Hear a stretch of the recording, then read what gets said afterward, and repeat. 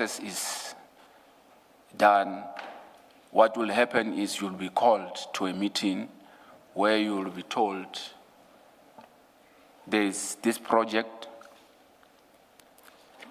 the names of people that will be working on that project will be put on a designation where everybody will know who's going to be working on that group. All right, and then do you then also get a sense of the various disciplines that will be designated in that group? Yes, you will get who's going to be the DPP on that project. You will also get the name of the prosecutors allocated. Sometimes it will be financial investigators allocated to assist. There will be also data capturers that will be part of that team. And in your experience, in the composition of the team, is there always a DDPP?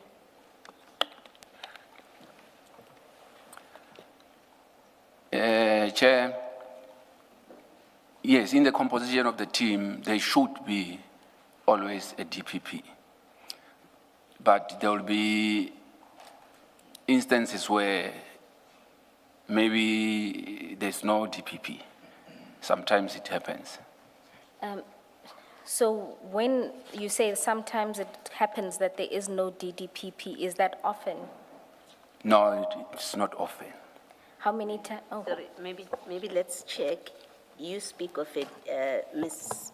Powes is asking you about a Deputy Director Public Prosecutions. You're talking about a DPP. Oh, no, So I think it's my you're talking mistake. past each other. Yes, it's supposed to be DDP. Deputy Director. I'll just stick to Deputy Director, Chair. Yes. So in most instances, there is a Deputy Director. That is correct, Chair. Is that in terms of a policy or just a practice that generally exists? That is the way we knew how it's supposed to be. All right. Commissioners, that should deal with paragraphs 9 and 10 of the statement. You then explain that matters usually emanate from two sources. Can you explain those two sources? The commission side and then the section 27 side.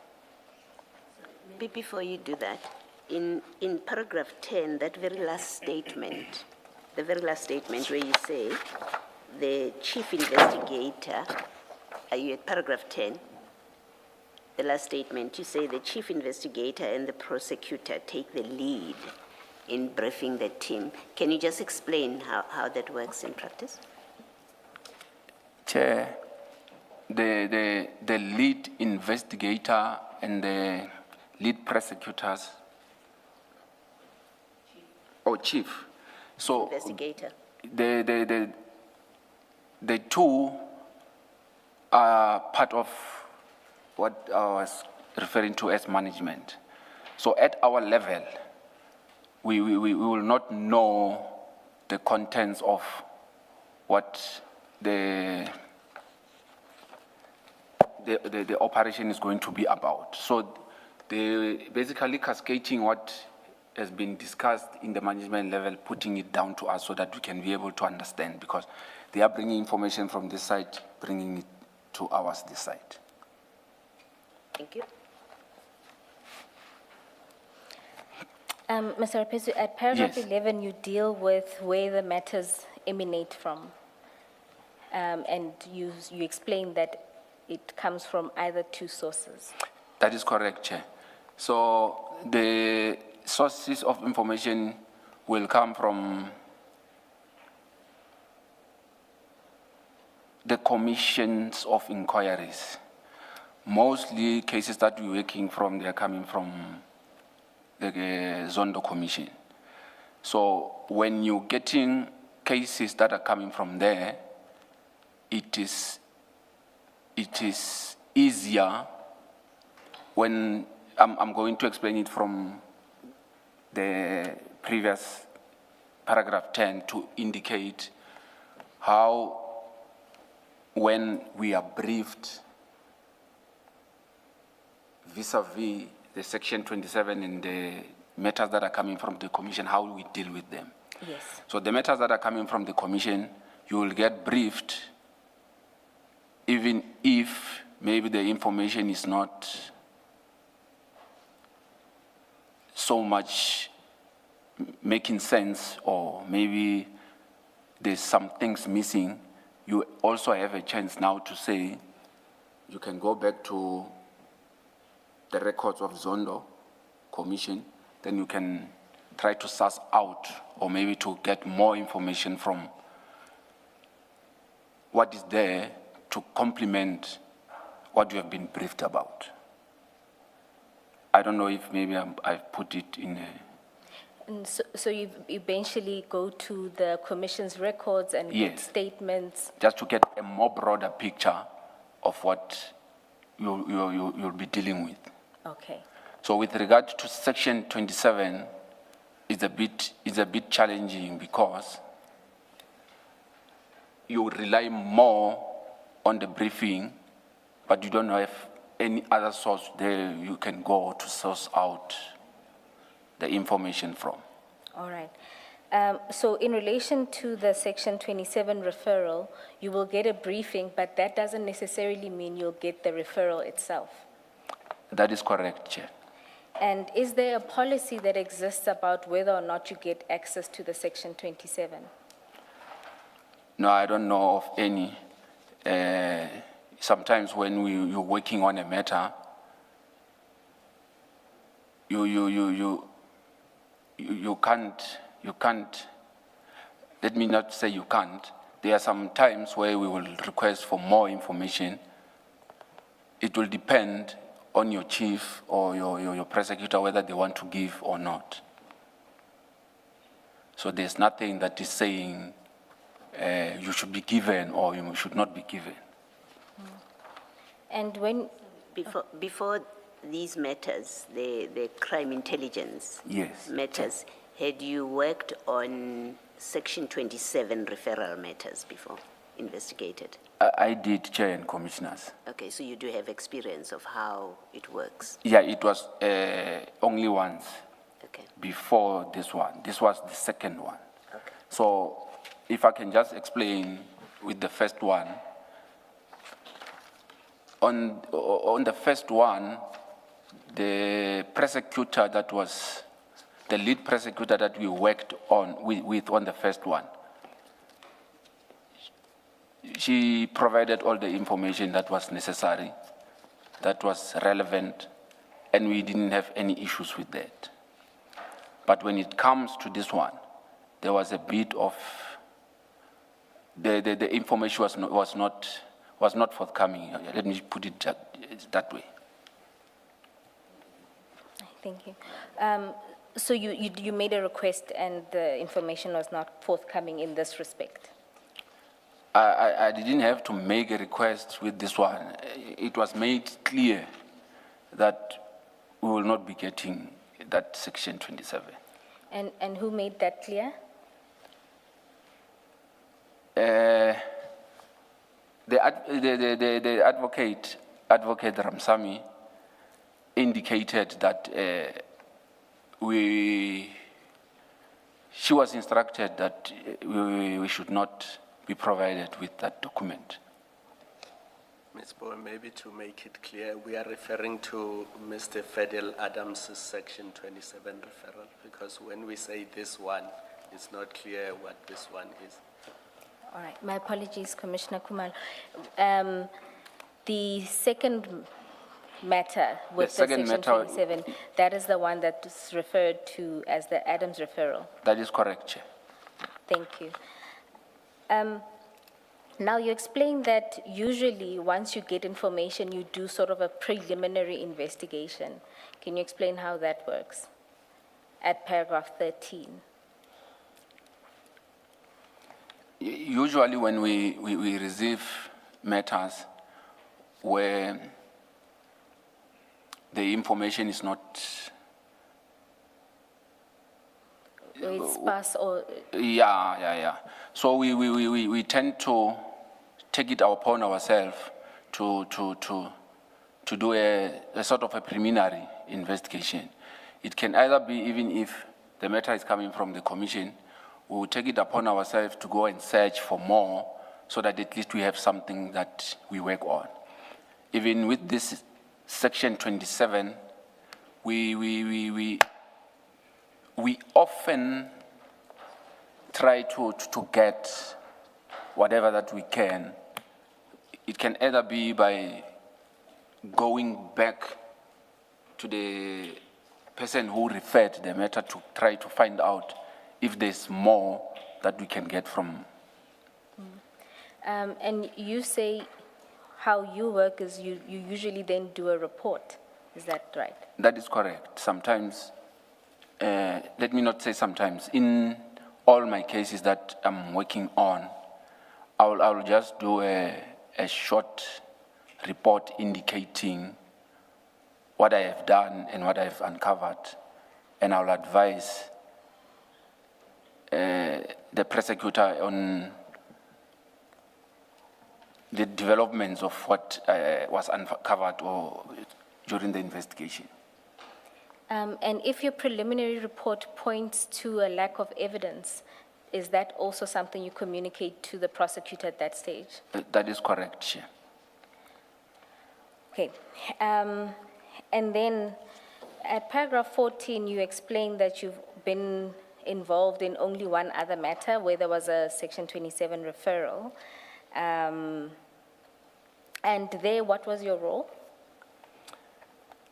My role was, I was put as an investigator. It then would mean that there was a lead investigator on that case. So the structure was, there was a chief, there was a lead investigator, then I was an investigator on that matter. And generally, at what point do you get involved? You explain that your involvement only comes at a particular stage. Once, in this instance, once a 27 has been given to IDAC, you say you only get involved. No, when a 27 is referred, we only getting involved when the Section 2813 or Section 28.1 is authorized. It will then mean once this designation is made, your name is put there, then there will be a meeting that will be arranged where you're going to be informed that this is the team that is going to be working on this matter. And are you allowed to gather information prior to the authorization of an investigation, whether it be in terms of 2813 or 28.1? No, from our level, we are not allowed, senior investigators downwards. So when it comes to the chiefs going upwards, I can't say for sure how they operate, but I will think that they may be allowed to find out more, or maybe to consult more before the referral is made. All right. I may be taking you ahead of where you are, but you've touched on the allocation.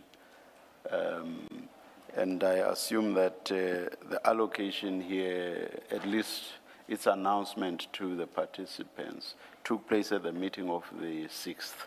That is correct, Chair. Yeah, and you say that it's unusual in your experience for the investigating director, who was Advocate Johnson at the time, to attend and allocate a matter at inception.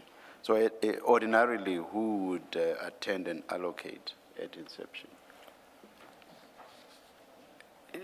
Chair, ordinarily the DPPs are the ones that takes over those duties.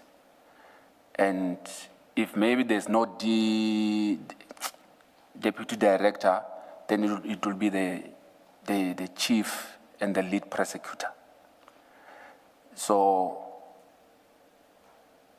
let me just leave it there. I'll elaborate when, yeah. All right, thank you. Mr. Raphesu, then let's get down to what happened on the 6th. You start on your recollection of what happens on the morning of the 6th at paragraph 15 of your statement. That is correct, Chair. On the morning of the 6th, we were having meetings lined up. So the first meeting was going to be at 9 o'clock. It will be the staff meeting. So I was approached by Advocate Ramsami, who provided me with the, I would just say, an affidavit that later became known as a Section 27. So she just, I don't know how to explain, just pushed it to me, and the way she pushed it to me, the way she was after looking, I understood to say, I must check this thing quick. So I went through, it was about maybe 5 to 10, close to 10 pages. So I just browsed through the papers. Mm-hmm. So on the papers, I could see that there was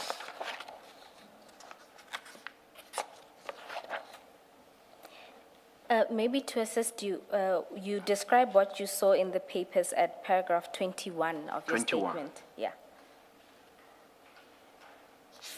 The papers you refer to are the pages of this affidavit. Yes, it was the page is correct, Chair.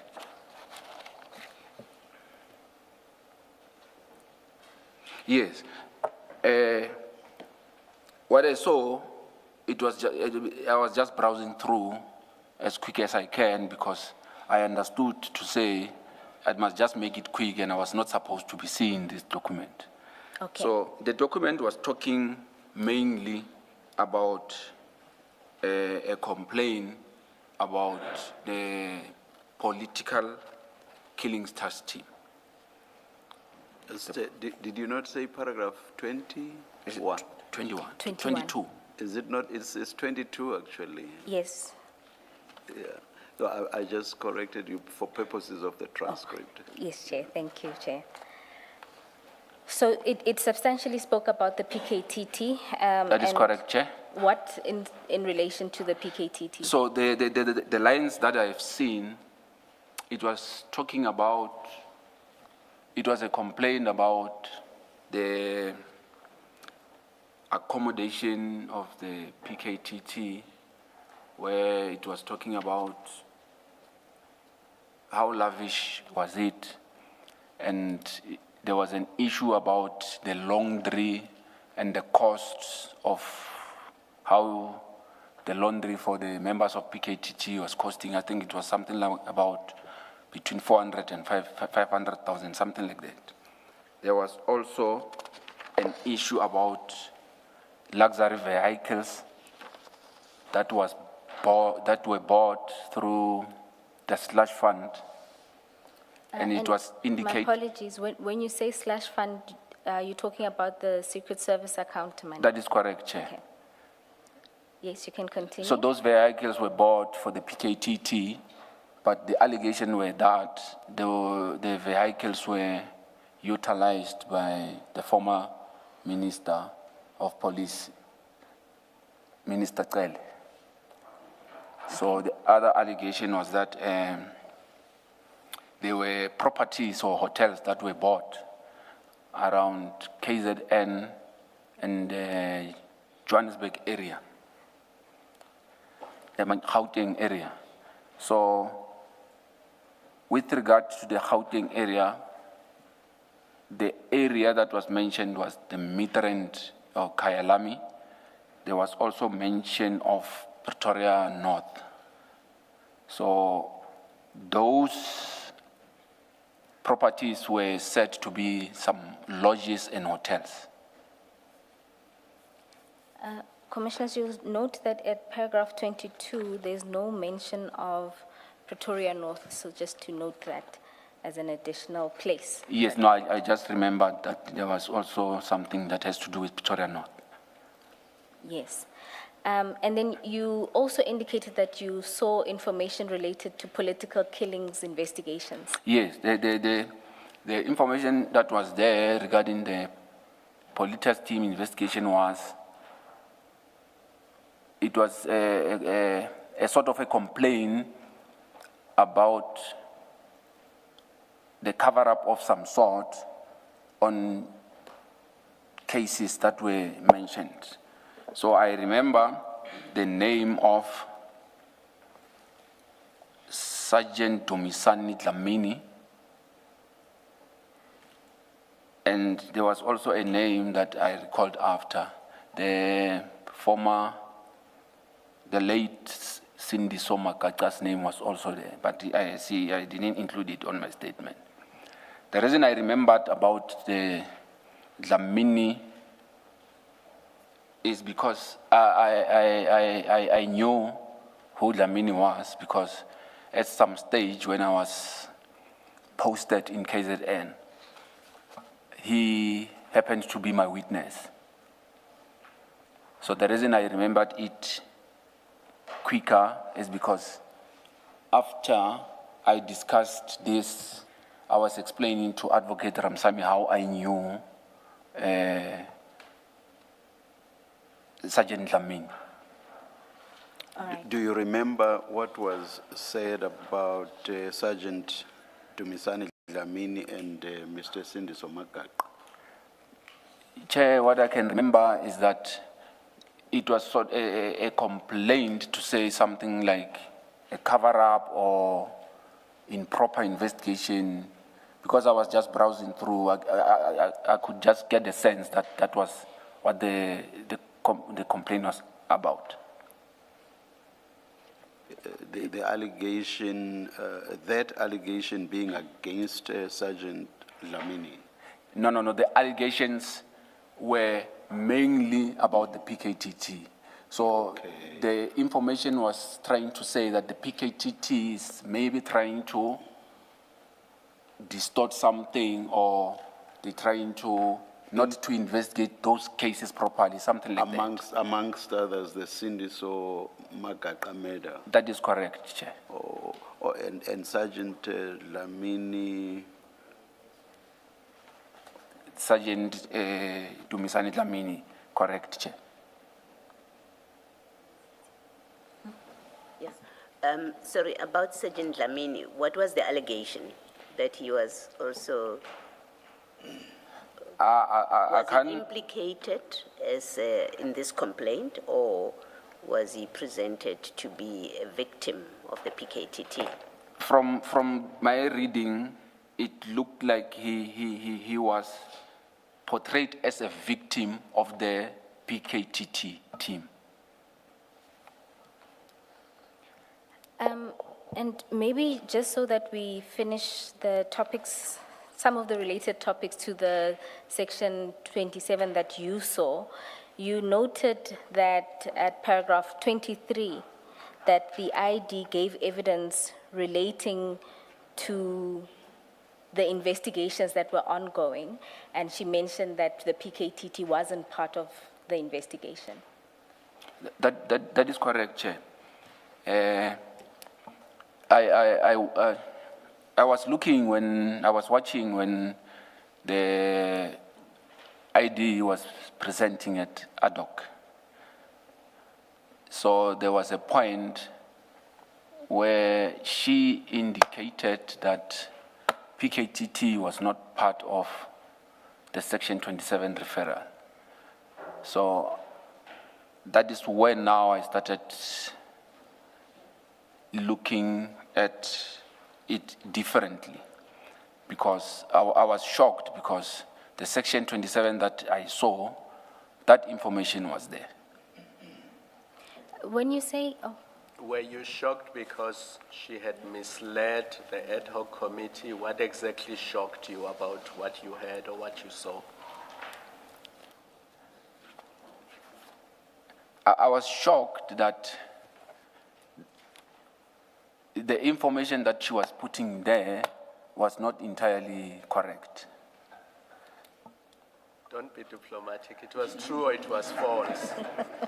Entirely correct means yeah, but not everything. It was true or it was false?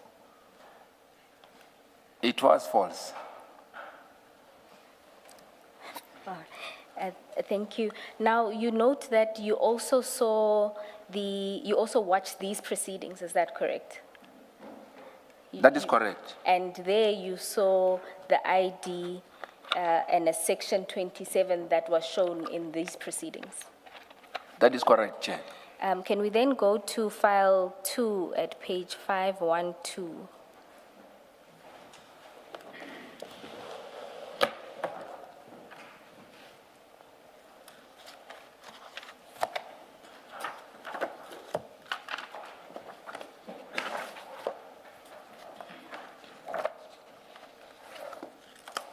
You'll tell me when you find it? 512.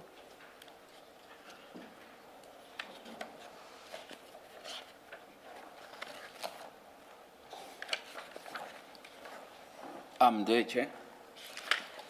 Is that the section 27 that you saw in these proceedings?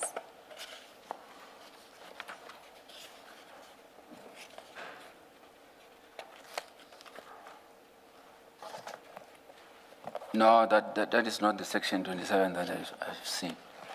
That is, you mean that's not the one Ms. Ramsamy showed you? That is correct, Chair. All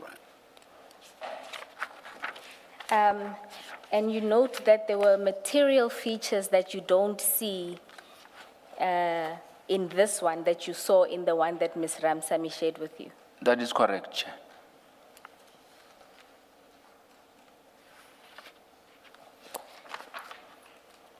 And you also made observations in your affidavit about the length of this one that's in the file that was before this proceedings and the one that you saw when Ms. Ramsamy gave you. That is correct, Chair. The one that I described, the pages were, they were more than 5, but close to going to maybe towards 10 pages. And so, sitting here now and having a look at that, you can positively confirm that this is not the section 27 that Ms. Ramsamy showed you on the 6th of December. No, this is not the section 27 that I saw. Furthermore, you recount in your statement at paragraph 25 that you had a discussion with Ms. Ramsamy afterwards where you confirmed to her that this is not the affidavit she showed you. Is that correct? That is correct, Chair. All right. And then lastly, at paragraph 26 of your statement, you then confirm a few aspects that you could recall from the section 27 that Ms. Ramsamy showed you. Can you see that? Yes, no, that is correct, Chair. And there you can confirm that the affidavit that Ms. Ramsamy gave you contained various matters related to the PKTT, is that correct? That is correct, Chair. It made reference to Orlando CAS numbers and Valeria and not Cape Town CAS numbers. That is correct, Chair. And then just to demonstrate that, if you can just look at page,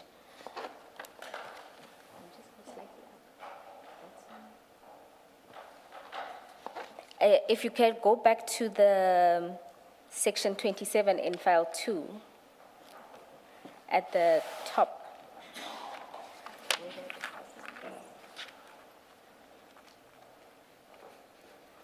At paragraph 1.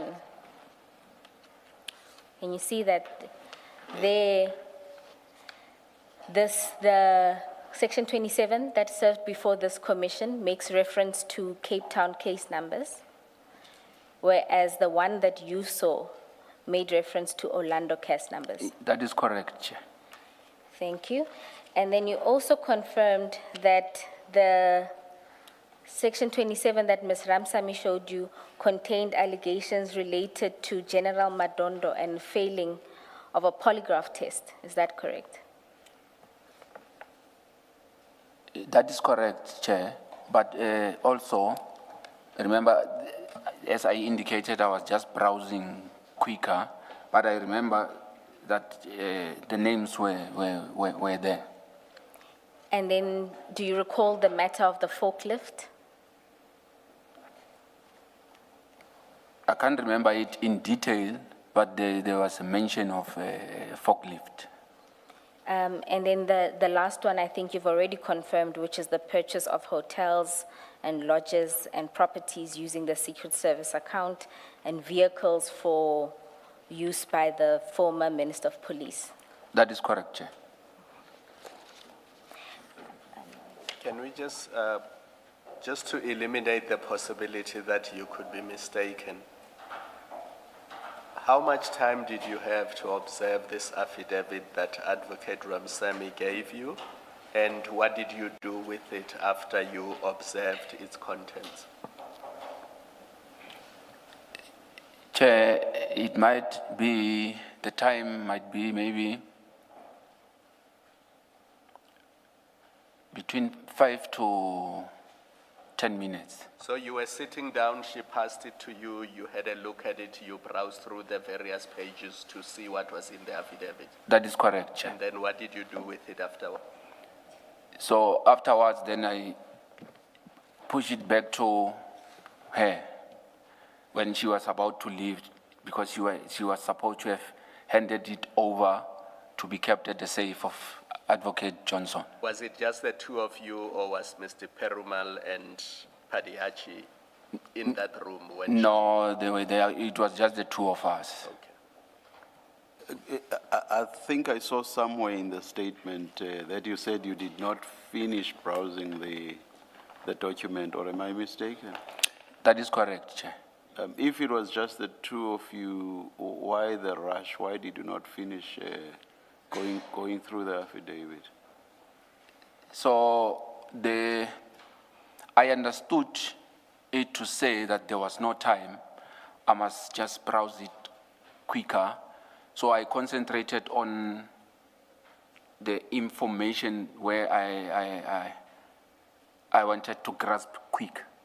But you didn't know what was to come after the point at which you No, stopped. by the time yes, I was yes. pushing to go there, the time was already elapsing because she wanted the documents now to go and hand it over. What do you mean by that? So what I mean, Chair, is the instruction was she was supposed to bring the docket, the document to be filed, to be locked in the safe at the ID's office. So before I could finish reading the whole thing, she had to take it back. Do you mean she demanded it back? Yes, I can't say demand, but it's just by showing off, it then means then I must hand it over. She didn't say it in words, she just made a gesture to say I must bring. A gesture that you understood to mean give it back? That is correct. Okay. Mr. Raphesu, do you work often with Ms. Ramsamy? Yes, I worked with her on the first 27 project, which will be what I refer to as a speaker matter. This was the second operation where I was working with her. I guess I want to understand whether you have a secret language of and then she knows, you know. I will say it is not something that we will discuss and use, but it's common cause. If I'm bringing you something and I'm saying, then it means you will know that what you have to do. Okay. All right. Can I just see that I understand what you said? I understood you to say when she gave you the document, she was looking around. Yes, you see, and that is correct, Chair. You understood to mean you were not supposed to be looking at that document at the That time. is correct, Chair, because if a person is handing you something, he is looking and saying, it then means you must just be quicker also. Okay, You must just understand what. thank you. Okay. Oh, so you were also reading body language? I forget how she put it, but my sense was that she's comfortable in confiding in or within. I'm not sure of the in, yes. Not sure of the correct preposition.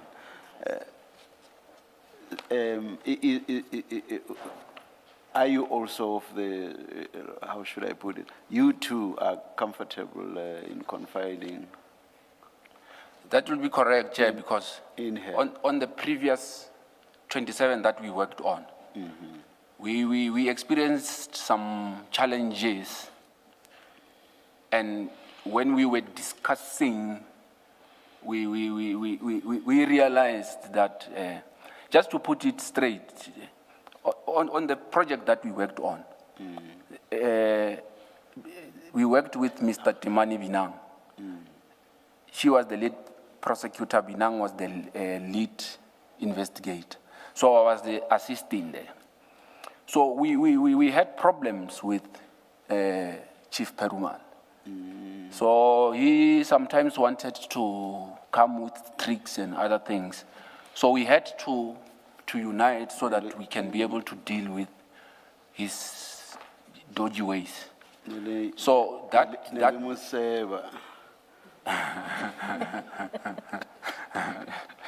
so we formed just for the you what Skinner about him.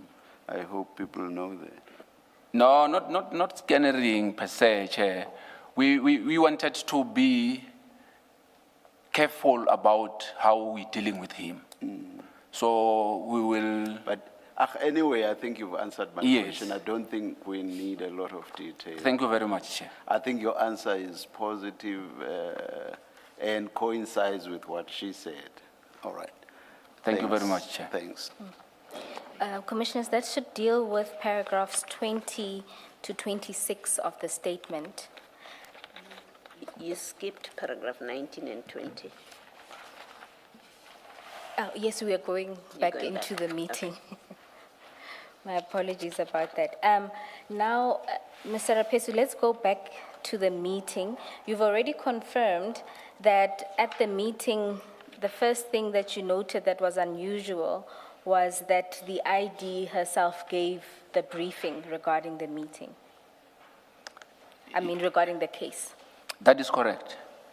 And that usually this process is undertaken by the DD, alternatively the chief investigator. That is correct. All right. And then you say at paragraph 18 that there was a briefing given and that the matter emanated from a member of parliament, and that to confirm would have been Mr. Adams. That is correct, Chair. Yes? No, you can come. Okay. And you were also then informed that you would have to track these dockets. That is correct. In particular, that Mr. Perumal needed them before he goes to Eastern Cape. That is correct, Chair. What has happened is, during the briefing, Chief Perumal was explaining, briefing us and giving us information that this is what the case is all about, this is what we need to do. He mentioned that he's basically tasking me or giving me instructions to locate the dockets. So the dockets he was referring to, he indicated that they bear a case number of Valeria.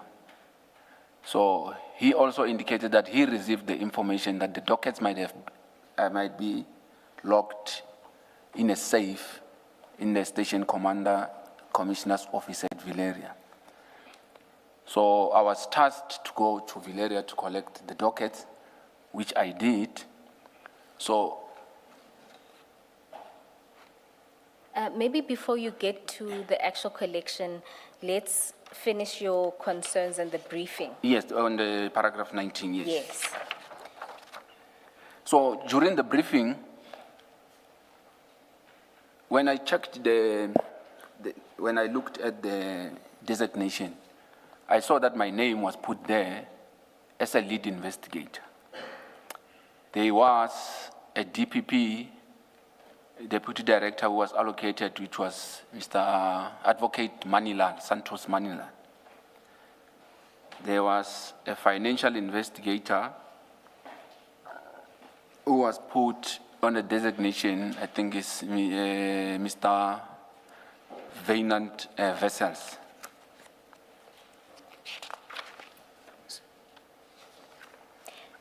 And then the two, Advocate Manilal and Mr. Vessels, they were not at the briefing. They were not at the briefing. So what has happened now is, while we were busy talking, Chief Perumal indicates that he had already briefed Mr. Brian Padiachi. So I was then surprised to say, if we now been briefed about this now, and he's saying that he's already briefed Mr. Padiachi, how did that happen? Because my thinking was that we were all supposed to be receiving a briefing on that day. So, but I just kept it on the back of my mind to say, it should be, there should be something maybe that I don't know. And then just to go back to the speaker matter, in the initial briefing there, was every member of the team there briefed together at the same time? That is correct. So is that what caused your concern about when he could have been briefed? Correct, Chair. All right. And Where did you get it from that Advocate Johnson would be supervising the matter? Is it something that she said in your presence at this briefing, or did you hear it from somebody else?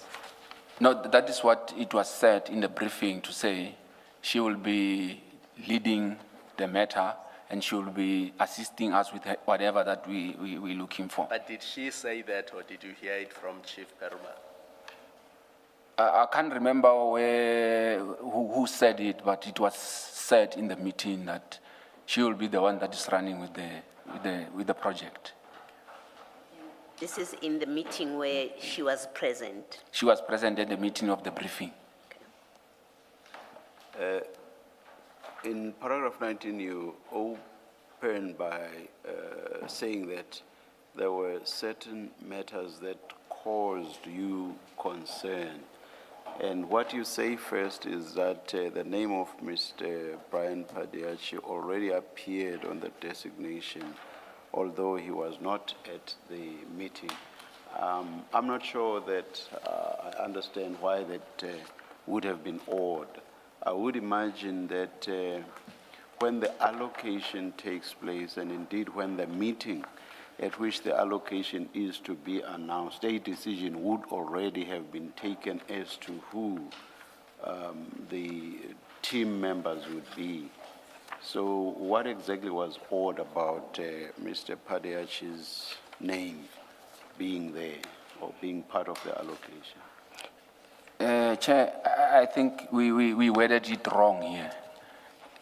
The way you are explaining it, Chair, you are correct. What was supposed to be odd is the fact that he was already briefed, not the other way around. Okay, all right. Now I understand. Thank you very much, Chair. Thank you. So the second issue that caused me concern was a colleague, Mr.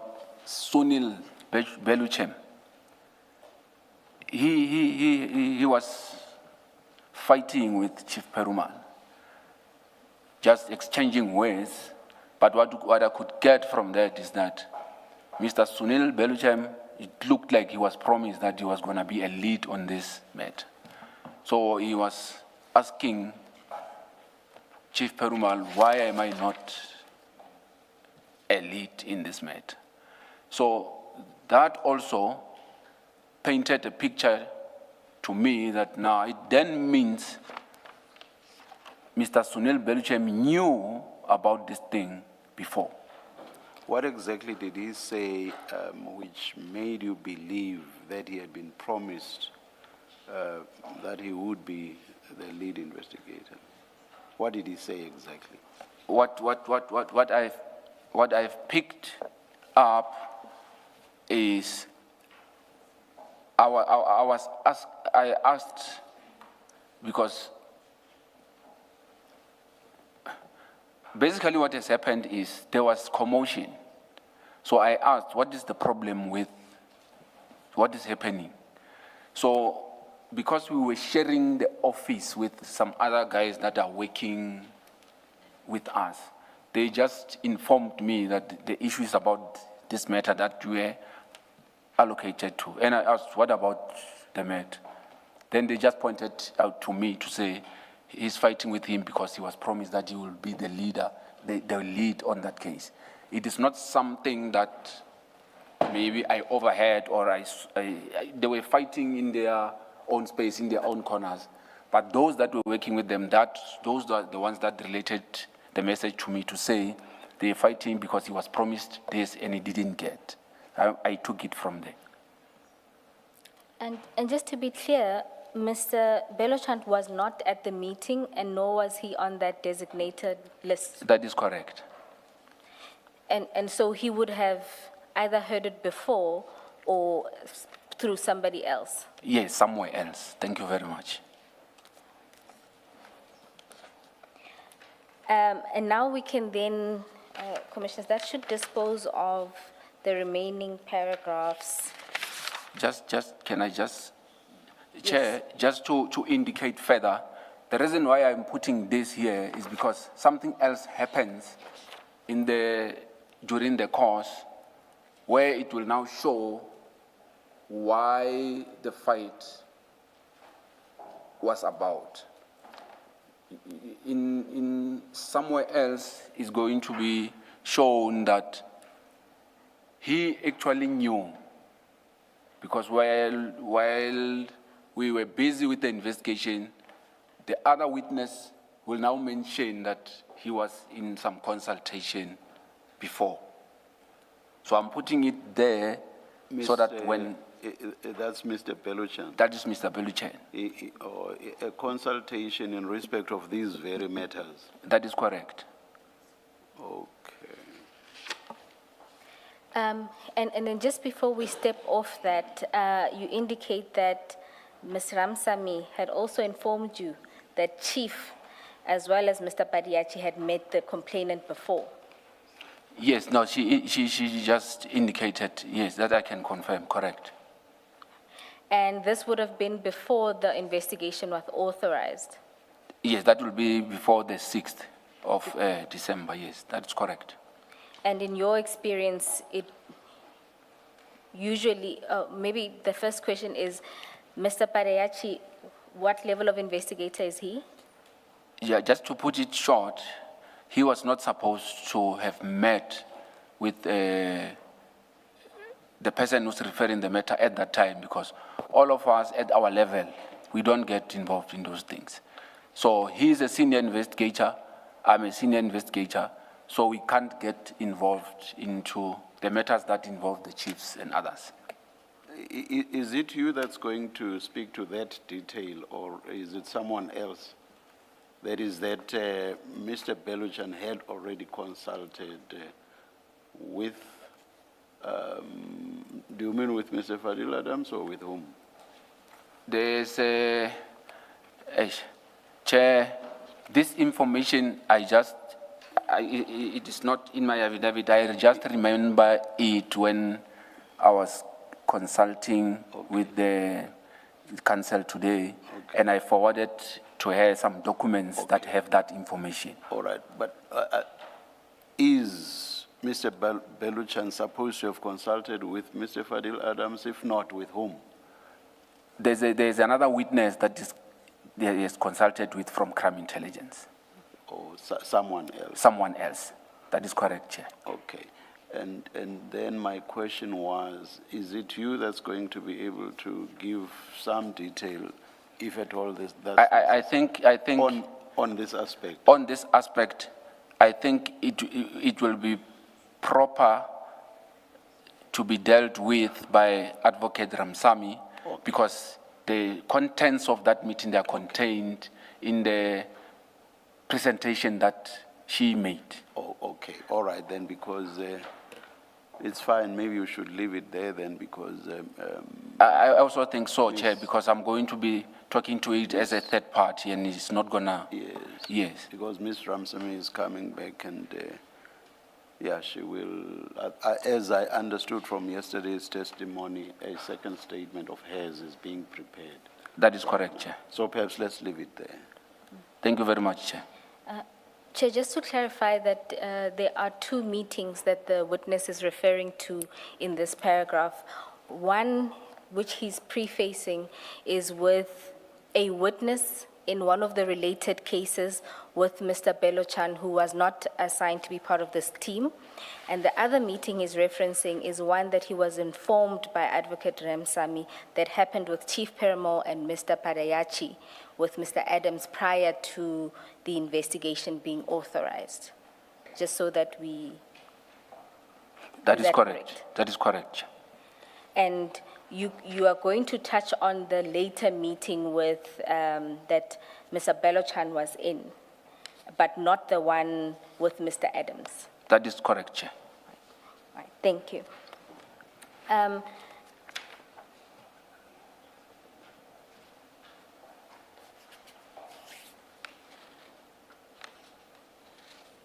Then you then proceed to talk about the request then that was made, or rather the instruction that was given for you to collect the dockets. At paragraph 20, you talk about having informed Mr. Sisoko first. Can you deal with what happens in that regard? Thank you very much, Chair. On the way to Valeria, I decided to phone Mr. Sisoko to inform him, or maybe to ask him if he knew about this new project. So Mr. Sisoko indicated that he didn't know anything about any project. So I tried just to brief him a bit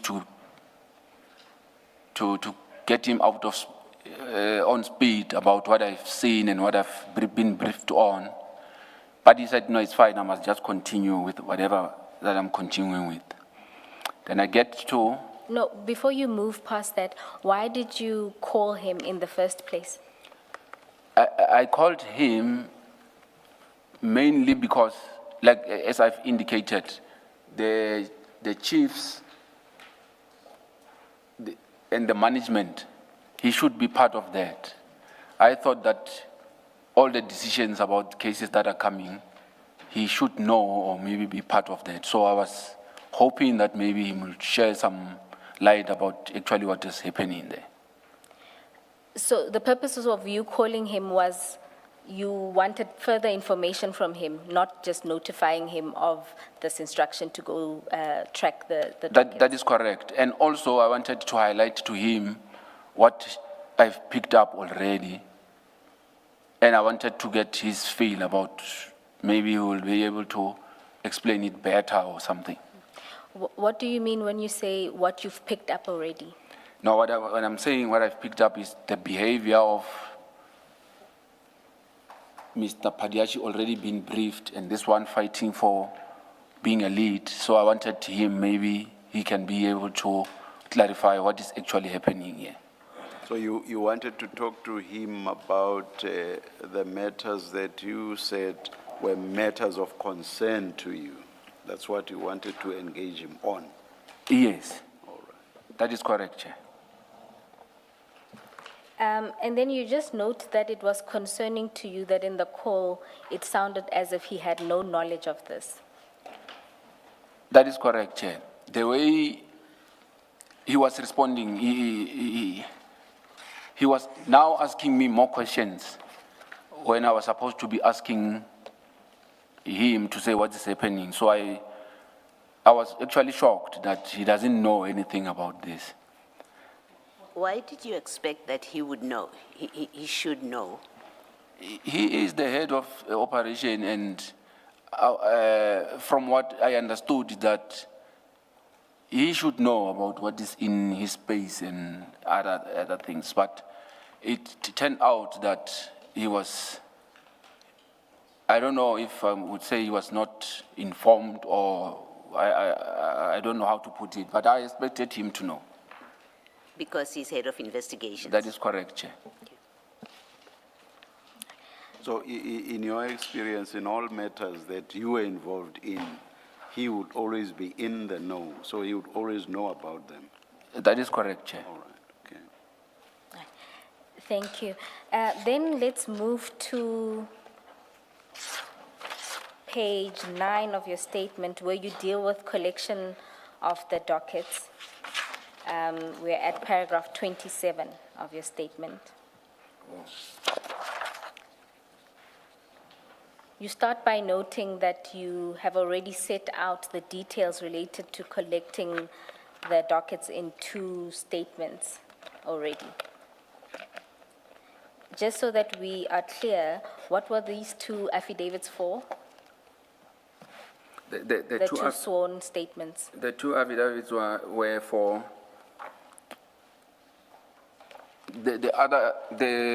I don't know which one is the first or the second, but Let's go to page 26 of the annexures.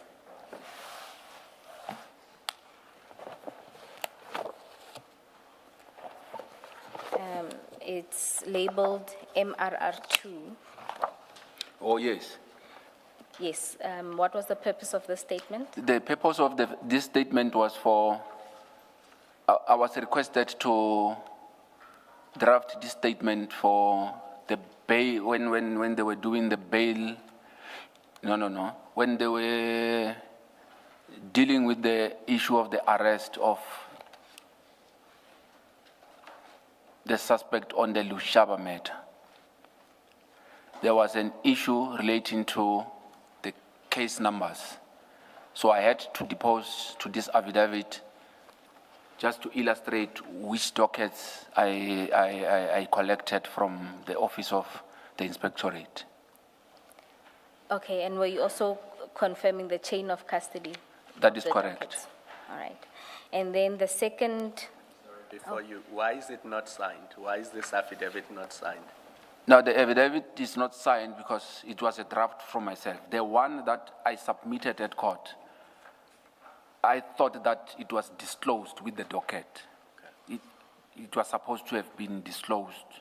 So the signed one mirrors this one that we are seeing on page 26. That is correct, Chair. thank you. And then the second one, which is MRR3, is at page 28 of the annexures. And can you explain why that one was deposed to, or you prepared it? The second affidavit was, I deposed to it after I watched what was said about the movements of the docket at IDAC. So immediately after, when I get to the office, I volunteered to just give the affidavit already so that I can be able to explain and dispel what was said at the IDAC committee. When you say you volunteered it to who?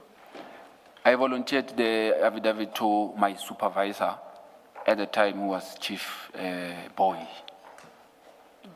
So I just gave the affidavit explaining what actually happened before they could actually ask for it. I just gave it. What about what was said in Parliament prompted you to prepare an affidavit? What was said was trying to purport that I did not follow the procedure and I went to people's offices with letters and I didn't want to provide them with the letters. It was something that has to do with along those lines. So I wanted to put it clear how the process unfolded, just to put it clear that this is what has transpired. And who was making those claims that the process or procedure wasn't followed? It was a conversation between Advocate Johnson and Honorable Mr. Sols, if I remember, but it was in relation to the affidavit that was filed by Colonel Phillips and Lieutenant General Jacobs. All right. Then perhaps let's deal with what actually happened when you were collecting the documents. Thank you very much, Chair. On the 6th, as I indicated, I was instructed after briefed by Chief Perumal to collect the dockets. He specifically told me that I must get these dockets because he wants to leave with them to East London. He was flying back to East London on that Friday. So I had to move quick to get this docket so that I can get them to him before I moved to Villeria. I asked for the station commissioner. He was not there. I asked for a detective commander. He was at this Christmas things. It was a year-end party. Year-end function. So I phoned him. I explained what I'm looking for. So he got the information quick. He said, no, I know about the dockets you are looking for. He indicated to me that he's not going to be able to come where I was, but he provided me with the contact of the person who has collected the dockets. So he informs me that the DPCI, which is the Hawks, collected the dockets. Okay. And just to make sure, the speed at which you were moving to obtain the dockets was related to Chief Perumal's request because he was leaving? That is correct. That was the urgency. Yes. You then get in touch with Colonel Now Phillips. I get in touch with Colonel Phillips. He says, Nomaan, I'm not far from where you are. Come to my office. Already, I've informed Chief Perumal that the dockets were collected. They are not in Valeria by some Colonel Phillips from the Hawks. So I'm told that now they now contact someone in the Hawks to say, we need those dockets. I'm made to understand that they found a certain, I don't know whether it's Brigadier or General Matros. Okay. So when I get to Colonel Phillips, he now introduced himself as that he's from Inspectorate. Then I had to phone back to say, no. Colonel Phillips is not from DPCI. He's actually from the Inspectorate. Then I'm sitting with Colonel Phillips. I explained to him, this is the situation. These dockets are being sought. Colonel Phillips indicates to me that no, you can't get the dockets today. You can only get the dockets possibly on Monday because the dockets were locked up in his general's office. So now it means I must phone now again Chief Perumal to explain to him that he can't get the dockets now. So I put him on the speaker. So he's now talking to me, I'm relaying the message to him. Then I'm saying to him, the colonel also wants to speak to you, because the colonel was asking me who was my commander, and I was trying to explain to him. Now they talking on my phone now. So they started greeting each other, asking each other. Then they realized that they know each other. So they continue talking. They now making arrangements for the collection of the dockets on Monday. So on the arrangements, they talking how they are going to move about, how the letters will be exchanged between the two of them, and how the letters should be directed. After they finished talking, the phone was handed back to me. Okay. So when we parted ways with Colonel Phillips, is that I will meet him the Monday, the 9th, at his general's office. Okay. And did you then communicate with anyone at the office regarding the letters that now need to be exchanged? No, I didn't communicate with anyone. I thought that will be sorted, because the chief already knows and agreed with Colonel Phillips on how to do it. So my duty was only to attend to General Jacob's office to collect the dockets. All right, and you did so on the morning or on the 9th of December, and you collected the documents? Yes, on the 9th, I reported to the office of General Jacobs. When I get there, I was informed that the letter has not been signed already or provided already. So I had to wait outside for the office to process the signing of the letter. Some few minutes, about 10 to 15, I was informed that the ID has signed the letter and it has been sent to General Sintumule. So when I went back to General Jacob's office to inform him that now the letter has been signed, it has been sent to General Sintumule, and I was asking General Jacobs to provide me with the email address of the secretary so that I can give them to also forward the same letter to his office. So what he did is he took out the phone, spoke to General Sintumule. Immediately after the call, he said, nah, everything is fine. He instructed the secretary to give the dockets to me.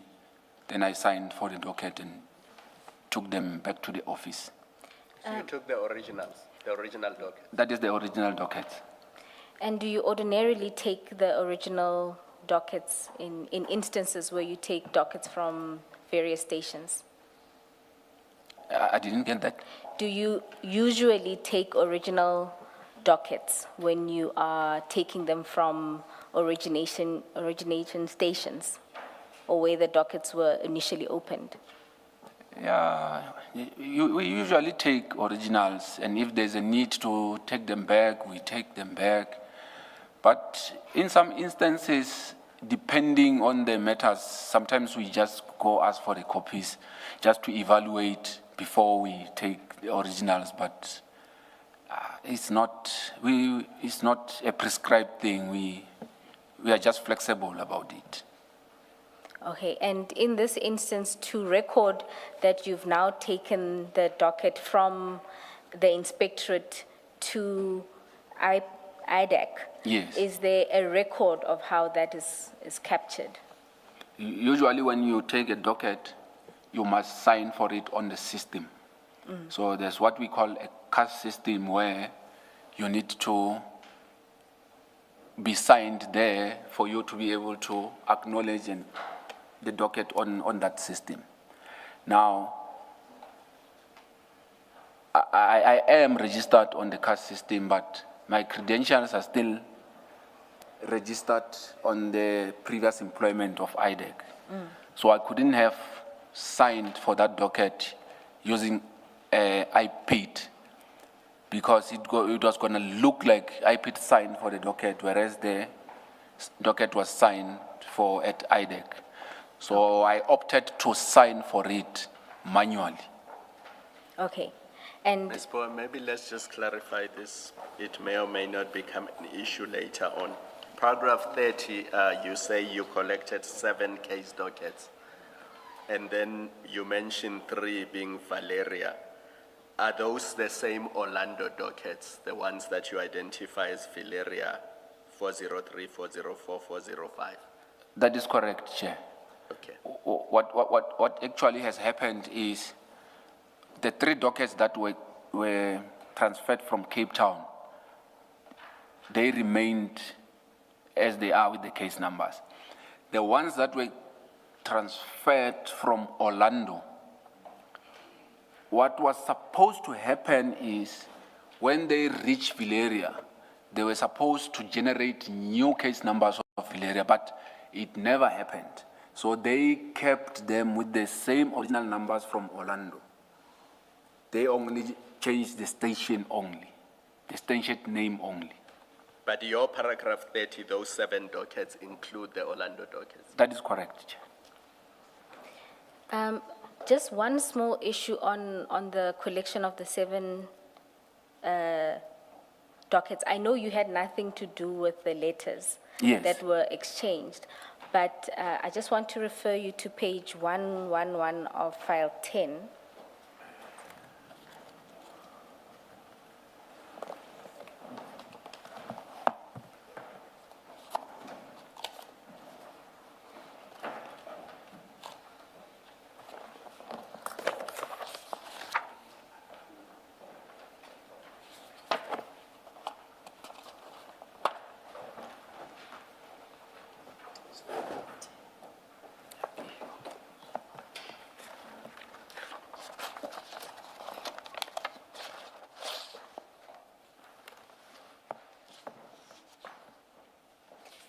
You will see there is a letter from Advocate Johnson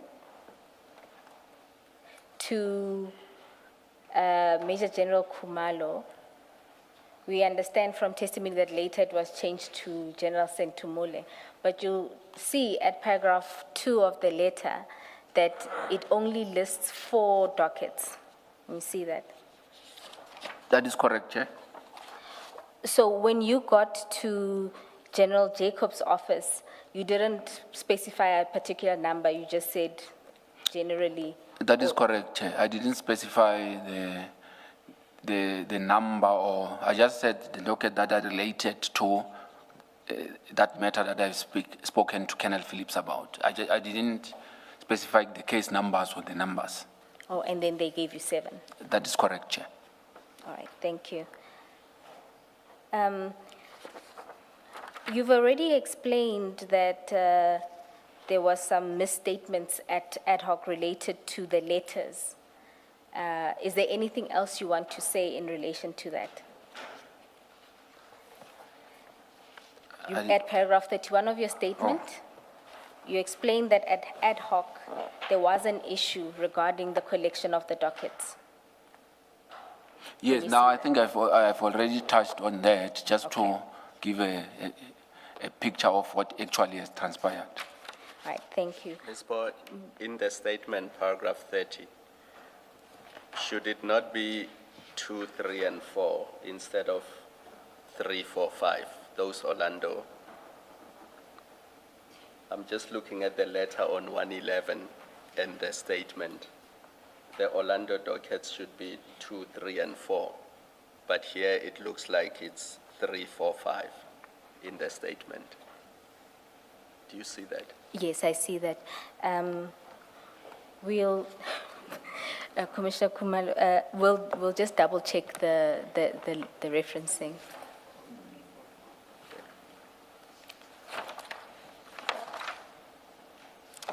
And then that should conclude that section.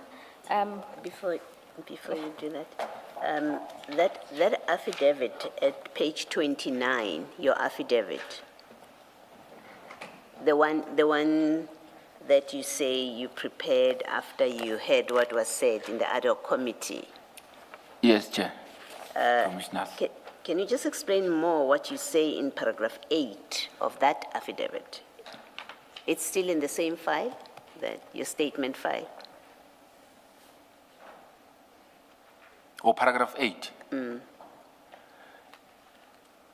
What in fact was that discussion? Oh, yes. When I collected the dockets, I had a chat with General Jacobs, wherein we were just having a casual chat where he was saying to me that each and every 10 days, he needs to report to the Minister of Police to give him progress regarding these matters.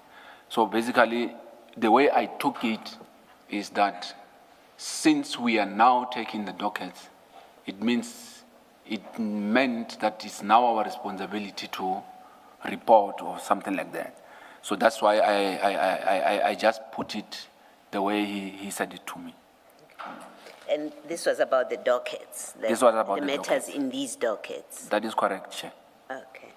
And did he say why there was that kind of position that they needed to report to the Minister of Police? No, he didn't indicate, Chair.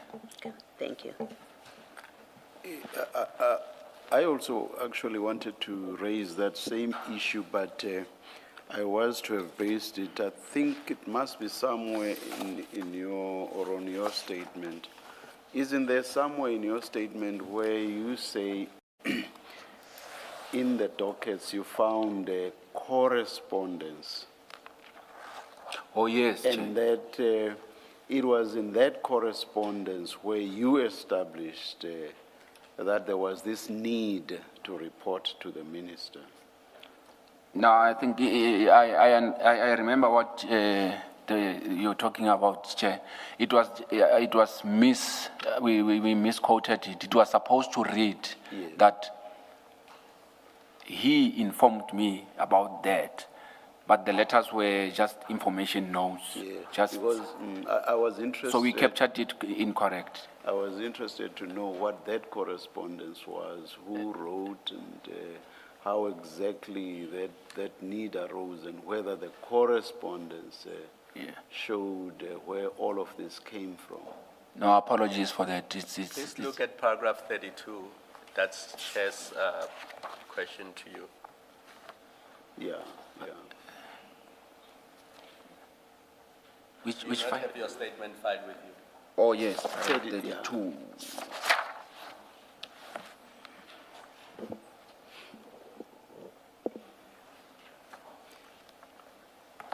I'm on it, Chair and Commissioner. So it sounds like you want to make corrections and just read the whole of paragraph 32 and see to what extent, if at all, it is inaccurate. Sorry, Chair, just to say that the witness did say this to me in relation to this, because we hadn't gotten to this section, we hadn't made the correction yet. But he did indicate that it wasn't correspondence, it's rather that in communication with General Jacobs, told him that there is this reporting every 10 days. Oh, yeah. I raised it at this stage, even though we are not at paragraph 32, because it relates to the point raised by Commissioner Baloyi in relation to a separate affidavit. But I had also thought I wanted to follow up on this. So what do you say the correct position is now? The correct position will be that I was informed by the general that is what should happen. Okay. I mean, I know you're not management, what you refer to as management at IDAC. Yes, Commissioner. But I'll ask the question anyway. In your experience and knowledge, do matters get reported, updates as investigations are happening? Have you come across where, as a matter of course, reports are given to a minister as the investigations are progressing? Have you had that kind of experience?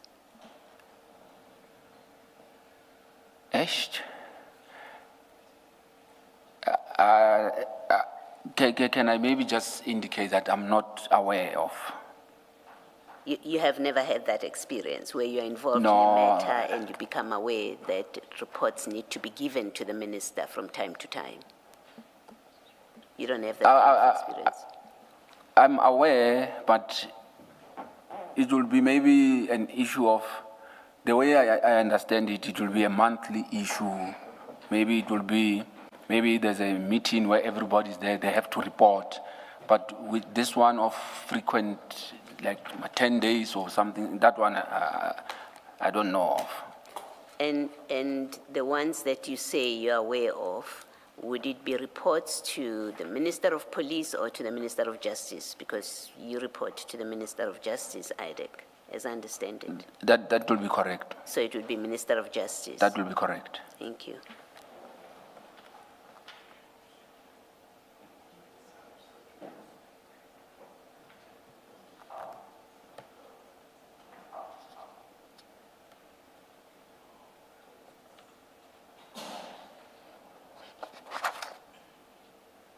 Okay, thank you, Ms. Boy. All right.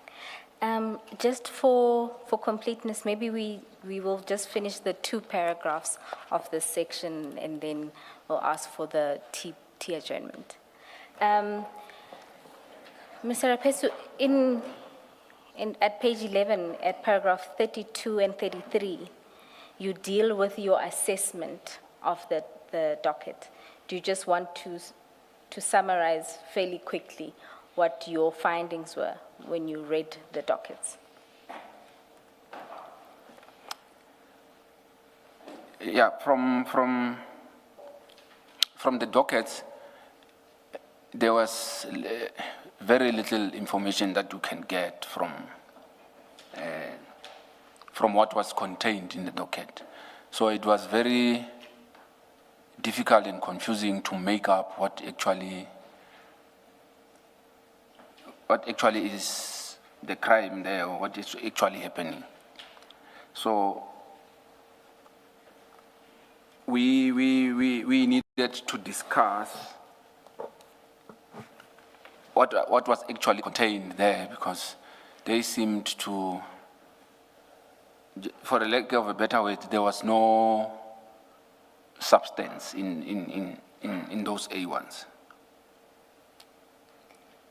And in addition to the A1s, was there anything else in the dockets that would assist in your investigation?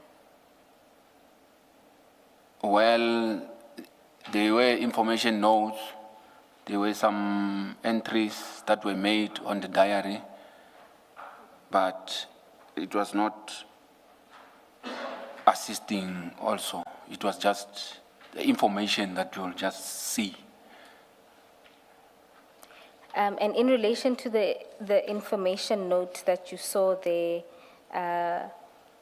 what did you pick up from that information note? And just to assist, it's at page...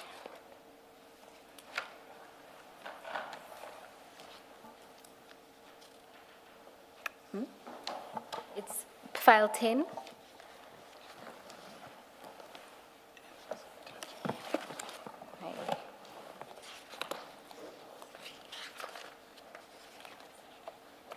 At page 141, there's an example of that information note. 141.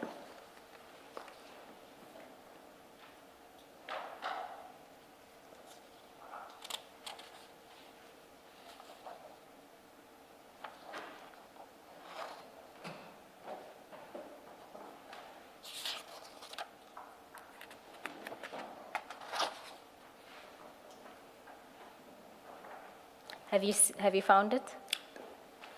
Correct, Chair? And what were your thoughts in relation to that?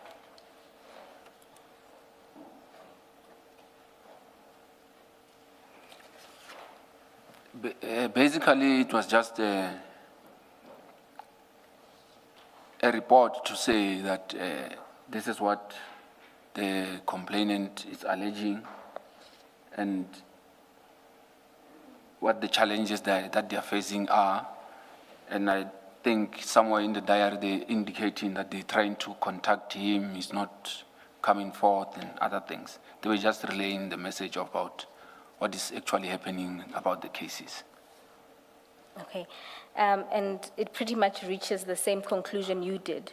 That is correct. All right. Thank you.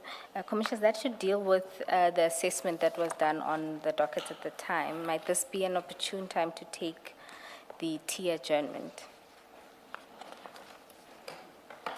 Let's adjourn and resume at 20 to 12. Sorry, please attend to the correction of paragraph, is it 32? Thank you.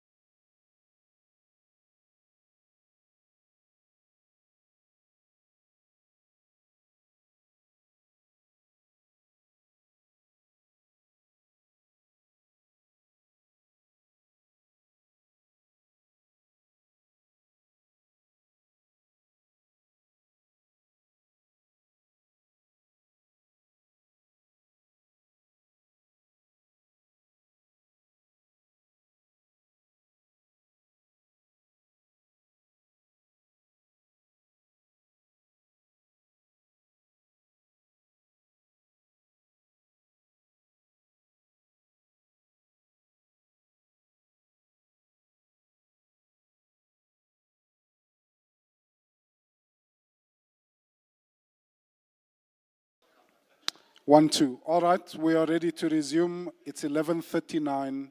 Please make sure that your cell phones are quiet.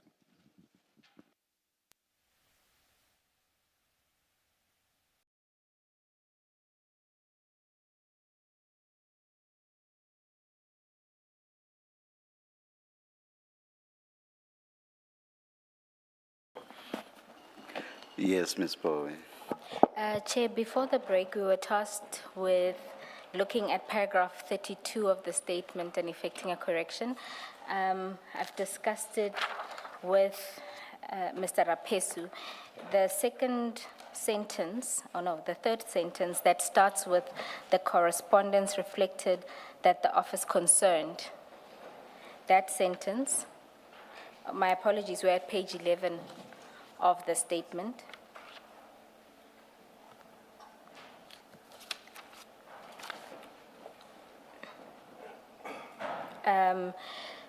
To delete the words, the correspondence reflected that the office concerned, up until that place, and replace it with, I was informed by the general that he was, and then the sentence will continue, was reporting to the Office of the Minister of Police on the progress of the matter every 10 working days. I think I did a double was, just one. Mr. Raphesu, can you confirm? Sorry, Ms. Boy. Oh, my apologies. Maybe still on that correction, to avoid any uncertainty, we should say, I was informed by General Jacobs, Yes, we'll because he's add referred that. to much earlier in the paragraphs, and there's no obvious connection. And so the sentence will read, I was informed by General Jacobs that he was reporting to the Office of the Minister of Police on the progress of the matter every 10 working days. Can you confirm this? I confirm, Chair. Thank you. Thank you for that, Ms. Bowie. Then we can move to investigations and consultations. At paragraph 34, you just note there that you conducted investigations and your general approach. Do you want to summarize that, your approach to investigations?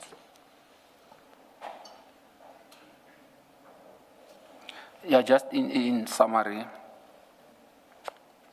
as I studied at 34. Oh my God. Just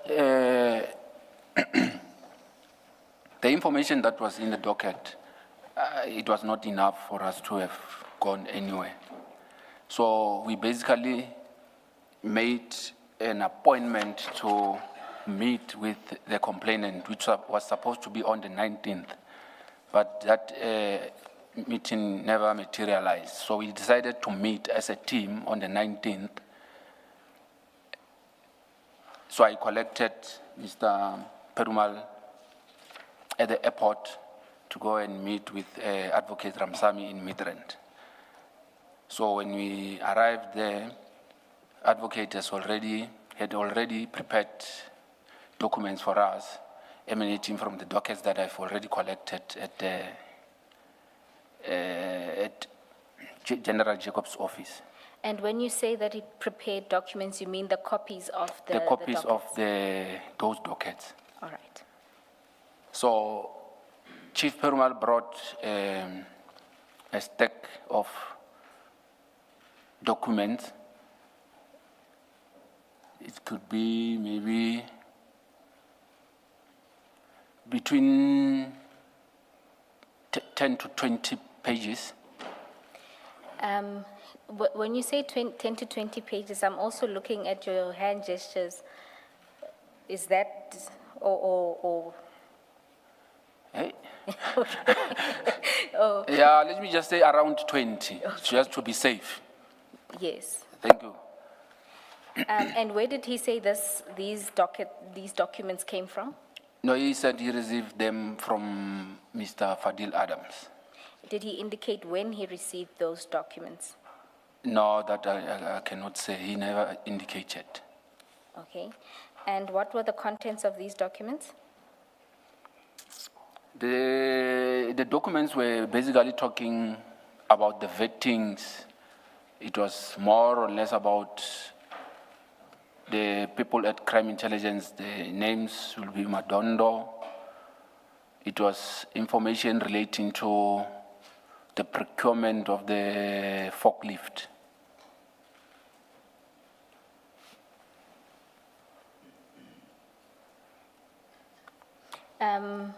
And was there any other documents apart from the ones related to vetting and the forklift issue?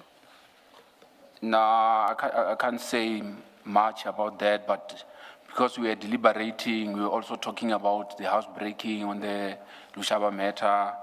We were discussing these things at random.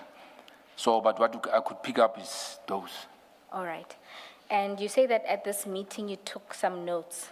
Yes, I did take some notes. Commissioners, the notes are attached as MRR4 at page 31 of the annexures. I tried to read some of them, but Mr. Raphesu advised that maybe perhaps to explain your approach when you take notes. Chair, when we take notes, we basically write, okay, my handwriting looks like I'm a doctor or something, because it's not. But what we usually do is we don't, from our side, we write in such a way that even if I get to lose this document, the person who will have it will not be able to make out what was this about, because we are dealing with sensitive information, people's names and other things. So you try to be as vague as you can, but at least you as the writer, you will be able to remember what was this about. So if you see snakes and other things there, you must just understand that that's the way we operate. Thank you, Chair. I must say, I wanted to say your handwriting is better than someone we all know here. Thank you very much. I just whispered to my colleagues that by far, this is very beautiful compared to mine. And so you note that in the meeting you also discussed how, but perhaps before we move past the documents, I have to ask, from the documents that you saw, the 20 pages, in your opinion, would it fit under a normal standard door?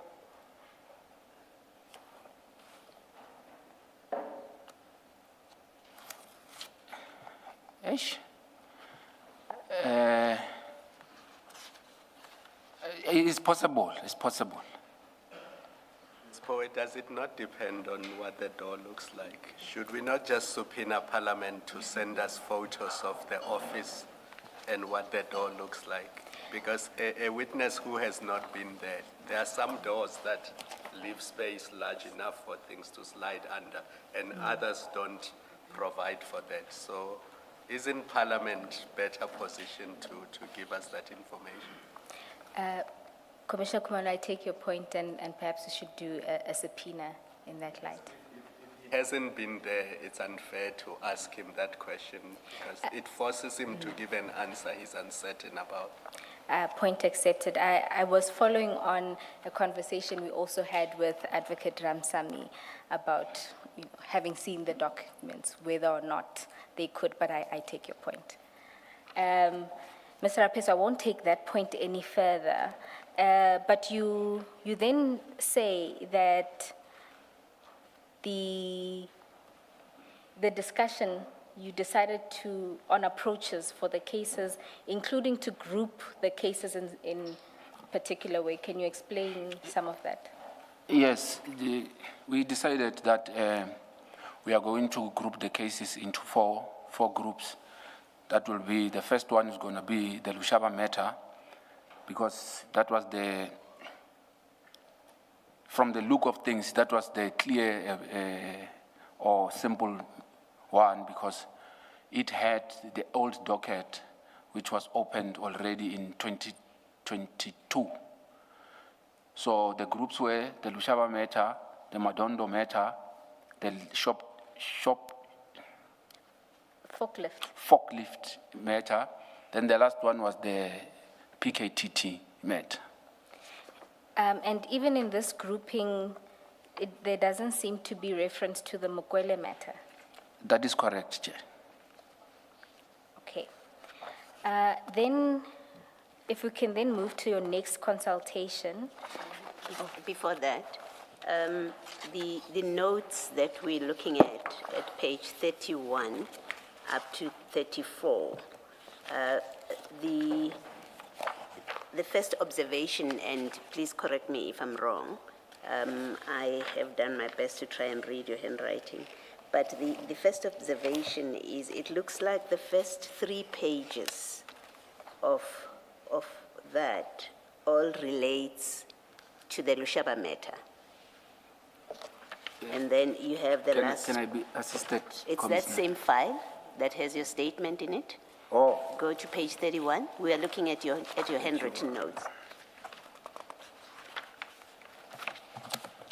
At page 31. They refer to housebreaking. That's the theme, the main theme at page 1, page 2, I think page 3 as well. that will be correct, Commissioner. And this information that you have here, where does it come from? Is it what you were told in that meeting, or it's material that you got from the docket? This information is coming from the engagements in the meeting, that is coming from the file that was provided by the advocate, with the copies of the docket and the documents that Chief Perumal brought. Okay. And am I correct that, and then page 4 of that, it seems that's for the first time then that you are making notes about the forklift. It's one line, there's another line on vetting, and there's another short line on BMW lady. And then as you carry on, there's more detail of it. Again, that detail. So you see where I'm looking at page 34? This is where it looks like you then group the matters at page 34. Page 34. You have forklift, you have 28 vetting files, and then you have BMW lady. You see where I'm reading? Oh, yes. You see where I'm reading? I see, Chair. And then when you carry on to the next page, those notes there, for example, about the BMW lady, where does this information come from now, as you're recording it? Let's say at page 36, you have Brigadier from BMW, she is, something is said, Kumalo / Lushaba, and then Grabbers, and something, Brigadier female, ORS. This information comes from whom amongst you, and where was it sourced from at this point? Remember, we still at that meeting in Midrand. Yes, the issue about the BMW lady, it was coming from Chief Perumal. Okay. So it was just mentioned as it is. They didn't mention, the name was not mentioned. It was just the way I captured it. Okay. And then at page 37, you've got the last 2 sentences there. The last 2 sentences, I'm more interested in the penultimate one, the first one that has a star to it. Yes. Can you just speak to that? It makes reference to Paul O'Sullivan. That is correct. What is that about? So during the engagement in the meeting, Chief Perumal asked about a clip that was circulating. So the discussions was they tasking me to go to Mr. O'Sullivan to find out if he had opened a case against around this issue about the BMW lady, and also to find out if he has conducted or done anything on that matter. So the discussion was to give me the tasking to say I must go and find out from him what did he do on this matter. Did you speak to Mr. O'Sullivan? I did following speak. the tasking? I did speak to Mr. O'Sullivan. And what did he give you, or what did he say? And when I say you, I mean IDAC. Yes, no, what he provided to me, he gave me a letter. I'm not sure whether it was the letter to the minister or from the minister, but it has something to do with that. So he also provided me with the report. On that report, there's something that we call CPB, where you check people's details or something like that. So those details, he provided them via email. He And said whose details were there in that document, do you remember? it That was report? Brigadier Mukwele? Brigadier Mukwele's details. Okay. So when he forwarded the emails to me, I also noticed on the email that information was sent to Andrea Johnson on the 5th of December 2025 already. And sent My to... apologies, sorry, Commissioner Baloyi, If just it's a to topic correct. that you were going to cover, I'm happy to leave it. I just thought you were moving away from these notes. Two parts. I wanted to correct the date from the witness, which is, it's dated December. We'll ask the attorneys to hand up the 2 January, sorry. It's 5 January is the date of the 2 emails that were sent. I'll ask the attorneys to distribute them to everyone. The consultation with Mr. O'Sullivan is dealt with in upcoming section. Okay, I'm leaving it. You should have stopped me earlier. My apologies. As long as I keep track of jumping around, I'm comfortable with moving forward. Okay, all right. Mr. Raphesu, we're going to stop here, and then Ms. Bowe will take you through her paces. Thanks, Commissioner. Okay.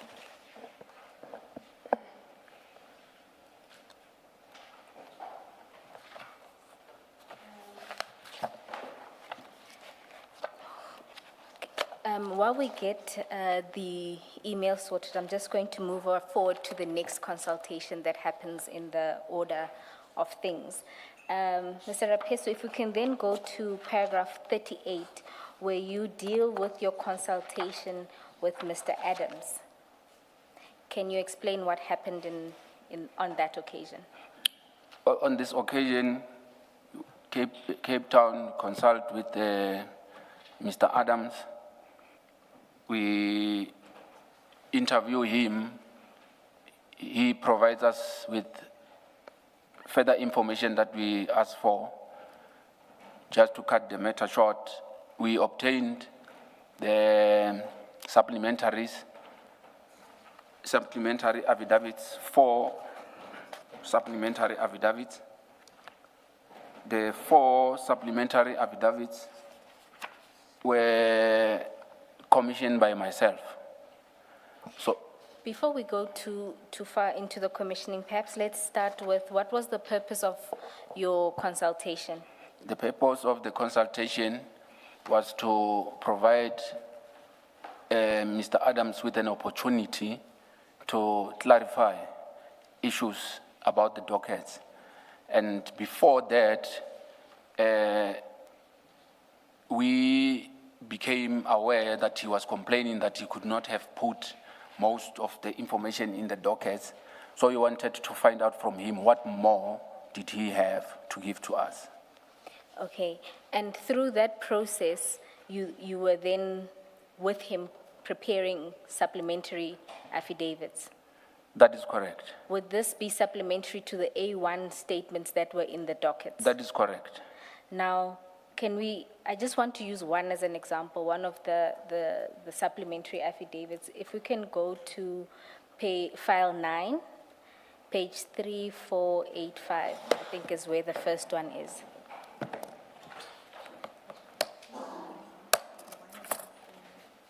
3, 3, 4. 3485.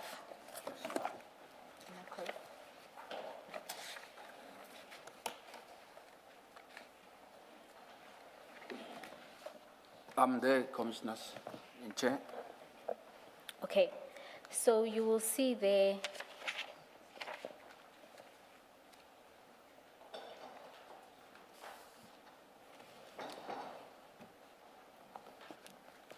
Thank you. My apologies, I look at the screen. You will see there that, can you confirm that that is one of the supplementary affidavits you took with Mr. Adams? I confer, Chair and Commissioners. And you'll see, when you look through the affidavit, it's probably like 2 pages long. That is correct. And you'll note that even in terms of detail, it's almost as thin as the A1. That is correct. Can you explain why this is in particular? Because the team went to Cape Town to obtain further particulars, and I would assume to get more information so that you bolster up the A1 that's in the dockets. That is correct, Chair. But the purpose of the exercise was not for us, for us to tell him what to tell us. We wanted to get from him what he's going to give us. So basically, he gave us the same thing that was in the A1 again. And in consultation, did you bring that to his attention that you are not telling us anything new? Or Yeah, if it was in a normal way, I was going to tell him that you're not giving us fuck all. But the problem now is he's an honorable member. So I couldn't have, but just to tell the truth, we went there for nothing. and then by way of documents, because that's also one of the other purposes, was to obtain documents from him. Yes, the main purpose was to obtain documents from him. Not literally the main purpose to obtain the documents from him, but we were hoping that he will give us something to substantiate the allegations. So when we were busy typing his affidavit, we were hoping that when he was saying that he was explaining and that he was explaining the documents, we put it in his affidavit and marked, put it on the statement that is when he will be attaching documents. But however, before we could finish, he indicated that he didn't have documents to give us to attach. Just for the record, an example of when you would indicate that a document would be attached, if we can look at the affidavit in relation to the forklift matter, which is at 3487.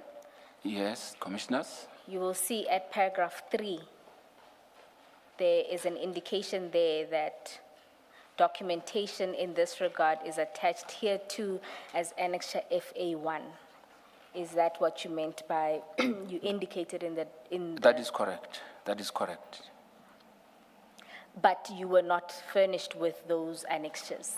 We were not finished with those annexures.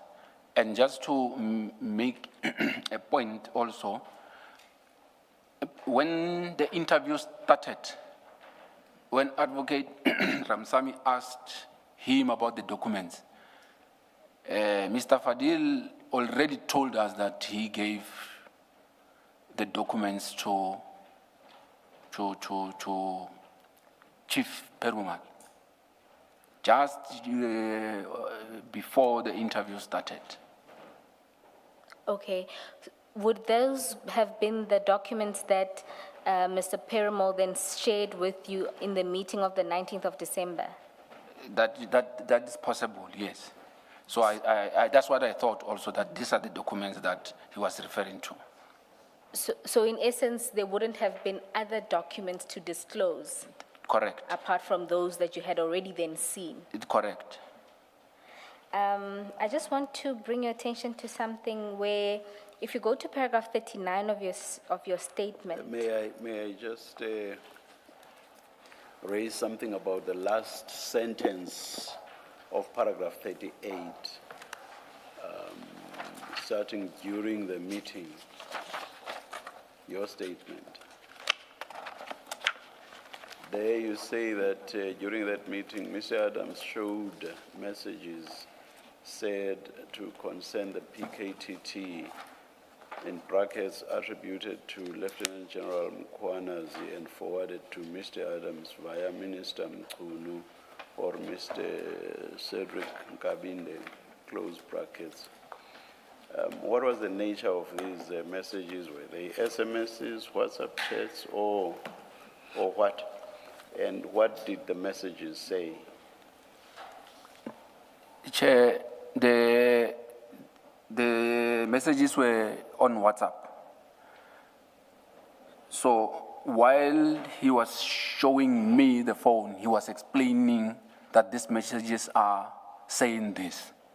But when I looked at the phone, I read, but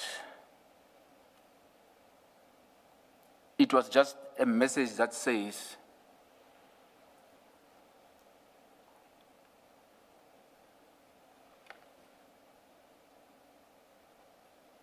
I don't know how to, like, it was just, he's just flashed it to me too. So I couldn't see the top part where the message is coming from. That's why I'm saying in my affidavit, it's coming from Minister Mkhunu, or because I couldn't see where the message is coming from. So on the last part of the phone, also I couldn't see, basically I couldn't see the names. I was relying on what he was telling me that this message is saying.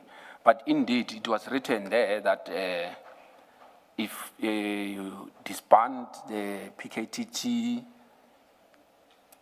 something towards that, I can't remember by head. So you could not tell who had sent the message? That is correct. Nor could you tell who that message had been sent to? That is correct, Chair. But you said, if I understood you correctly, you said just now, you said you read. Yeah, I was just trying to read to make sense. Yes. But can you tell in clearer terms what you read?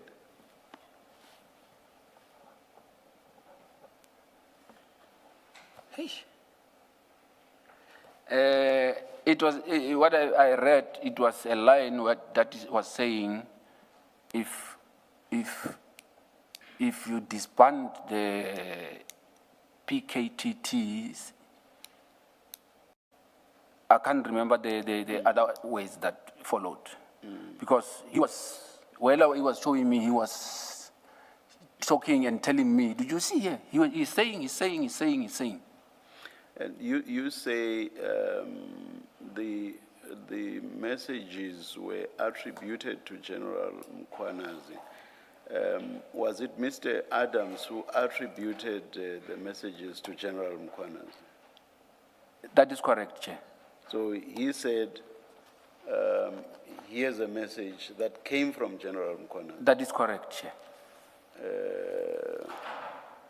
And what did he say regarding the forwarding? What exactly did Mr. Adams say?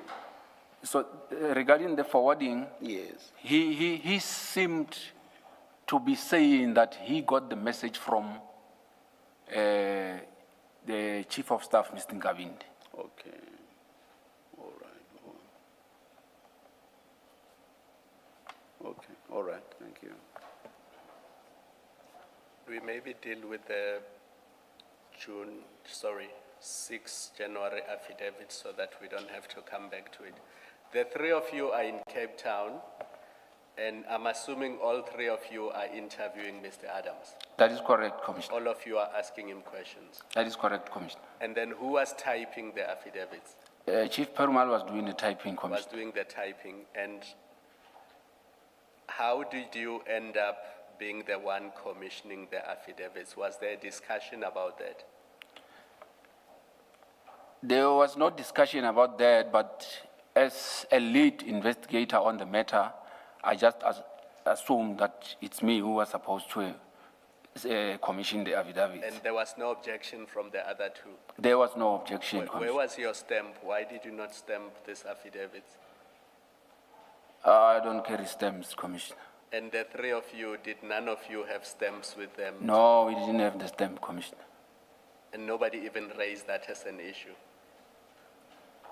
No, it's not an issue. Who has the stamp? You know, the three of us here. No, it was never mentioned. We would say, do you have a green pen? And Chair would Oh, have yes. a green pen, and that's how we would deal with it. No, Chair. There was no Curious stamp. to understand, how did that process unfold of you ending up commissioning the affidavit? You see, he has a green pen with him. So when we need a green pen, we will confer and say who has a green pen because we want to mark something. But I'm interested to know the process that led to you commissioning the affidavits. And what did you do with them afterwards? Did you give them to Chief Perumal, the affidavits? The process of commissioning, I'm just going to put it from the knowledge that I know. Mr. Perumal is not a person that will want to put his signature or name in any document. From what I know is, even if you write in your affidavit and you mention him, he is going to fight with you. He doesn't want to be put on any affidavit. He doesn't want to be named at anything. But operationally, he leads everything. So I just assumed that because I'm the lead on this, I have to commission. After you commissioned these affidavits, Yes. what did you do with them? I provided the affidavits to him. You gave them to Chief Perumal, That is correct. and then the three of you flew back to Johannesburg. What happened? So when we flew back, then I can't remember at what point did they come back to me, because remember I have to record in the docket that I'm filing this affidavit in the docket, which I did. No, I'm more interested in, you are done with the interview, you're Yes. in Cape Town, you are now coming back to Johannesburg. Did the three of you fly to Johannesburg together? No, I think the two of us, I advocated myself, we flew back, then he flew back to East London. Yes. Where I'm leading to is, was there a time during the 6th when Chief Perumal was alone with Mr. Adams and the two of you, being you and Advocate Ramsamy, were not there? Yeah, there is a possibility that we were not together at all the times, On the 6th? on the 6th, yes. And then while Mr. Adams was there, because it may be that you are not together at the same time, but Mr. Adams is also nowhere around. During the period when Mr. Adams is around, No, I missed the question. yes, was there an occasion or a moment when the two of you were somewhere else and Mr. Perumal was alone with Mr. Adams? No, that never occurred.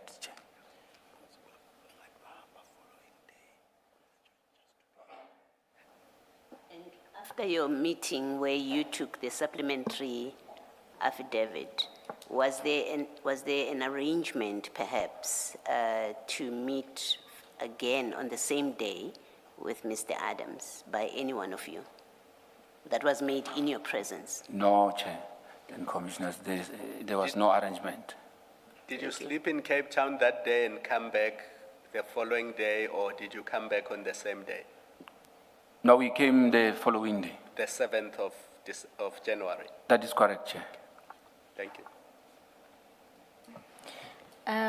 Mr. Raphesu, you indicated in your exchange with the commissioners that you needed to then record the interview and the affidavits and put that into the docket. That is correct. I know you've given us a portion of an investigation diary where you do that as an example. If you can go to page 40 of your annexures.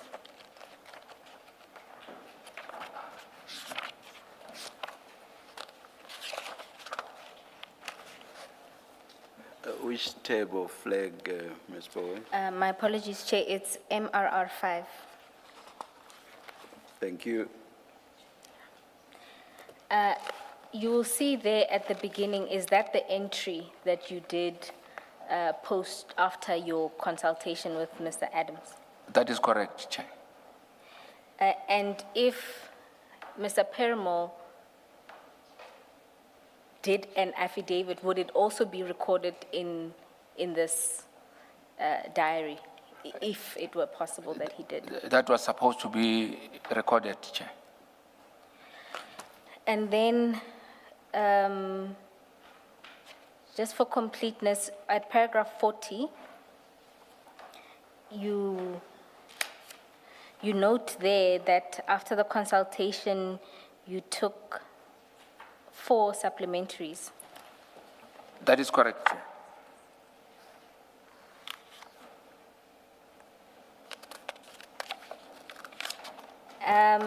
And Ms. Bo, he said something about the docket. Can you just, did you put the supplementaries in the docket? Yes, I put the supplementaries in the docket. Was that on the 7th, Yes, that will be on the next day. on the next day? Yes. And then were there any other affidavits in the dockets besides the ones that you commissioned? No, Chair. at paragraph 40, you indicate that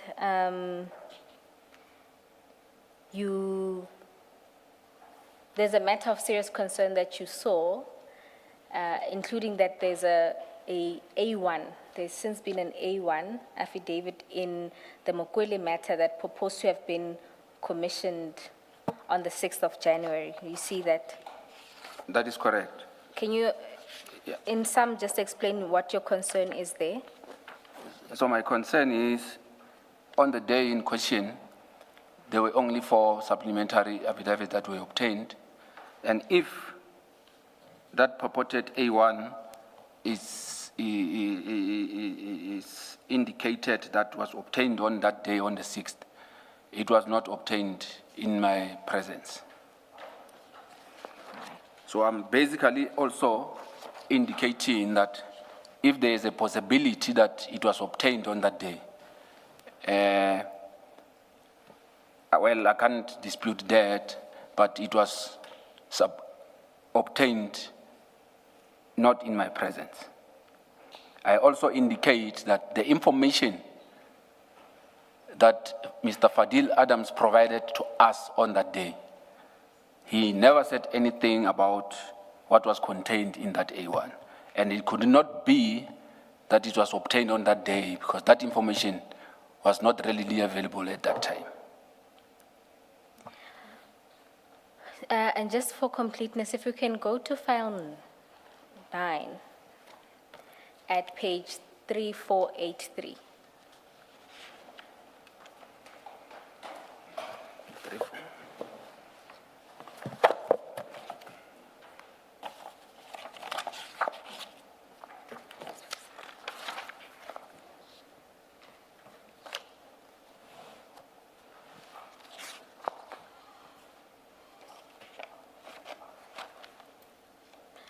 Are you there?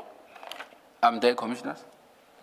Is that the affidavit, at least one of the affidavits that were concerning to you? If you look at the affidavit, if you go to page 3484, you'll see there that it's dated 6 January 2025, and it says it was signed in Cape Town. Then it was commissioned by Mr. Perimo, and it includes his stamp. Yes, this is the affidavit that I was indicating that I'm concerned with. And just to put it clear, I don't know this affidavit, and I've never seen it until it was presented here. All right, thank you. And then just to just clarify with you, you didn't see the disclosed dockets No, I didn't see the disclosed docket. because by then you were already removed from the matter. That would have been, That is correct. all right, thank you. On that, ordinarily, these supplementary affidavits, you say you put them in the docket, would they have been, and it may be an obvious question or has an obvious answer, but I would like to get it on record. These supplementary affidavits that you put in the docket, would they be part of what gets disclosed to the accused in the process of the process in court? That should be the way you have put it, Commissioner. So if all was done properly, or if proper disclosure was made, when we look at the docket that is presently sitting with the accused, we should find your supplementary affidavits in there. That is correct, Commissioner. Okay. The question I asked you earlier about what you put in the dockets, the affidavits that you commissioned, if they were not in the dockets when the dockets were shared with the accused, that can only mean that somebody swapped the affidavits that you commissioned for the affidavit that Advocate Poe is showing you now. That is correct, Chair. Not only swapping, it can also be that the others were hidden so that they cannot be, so it can either be.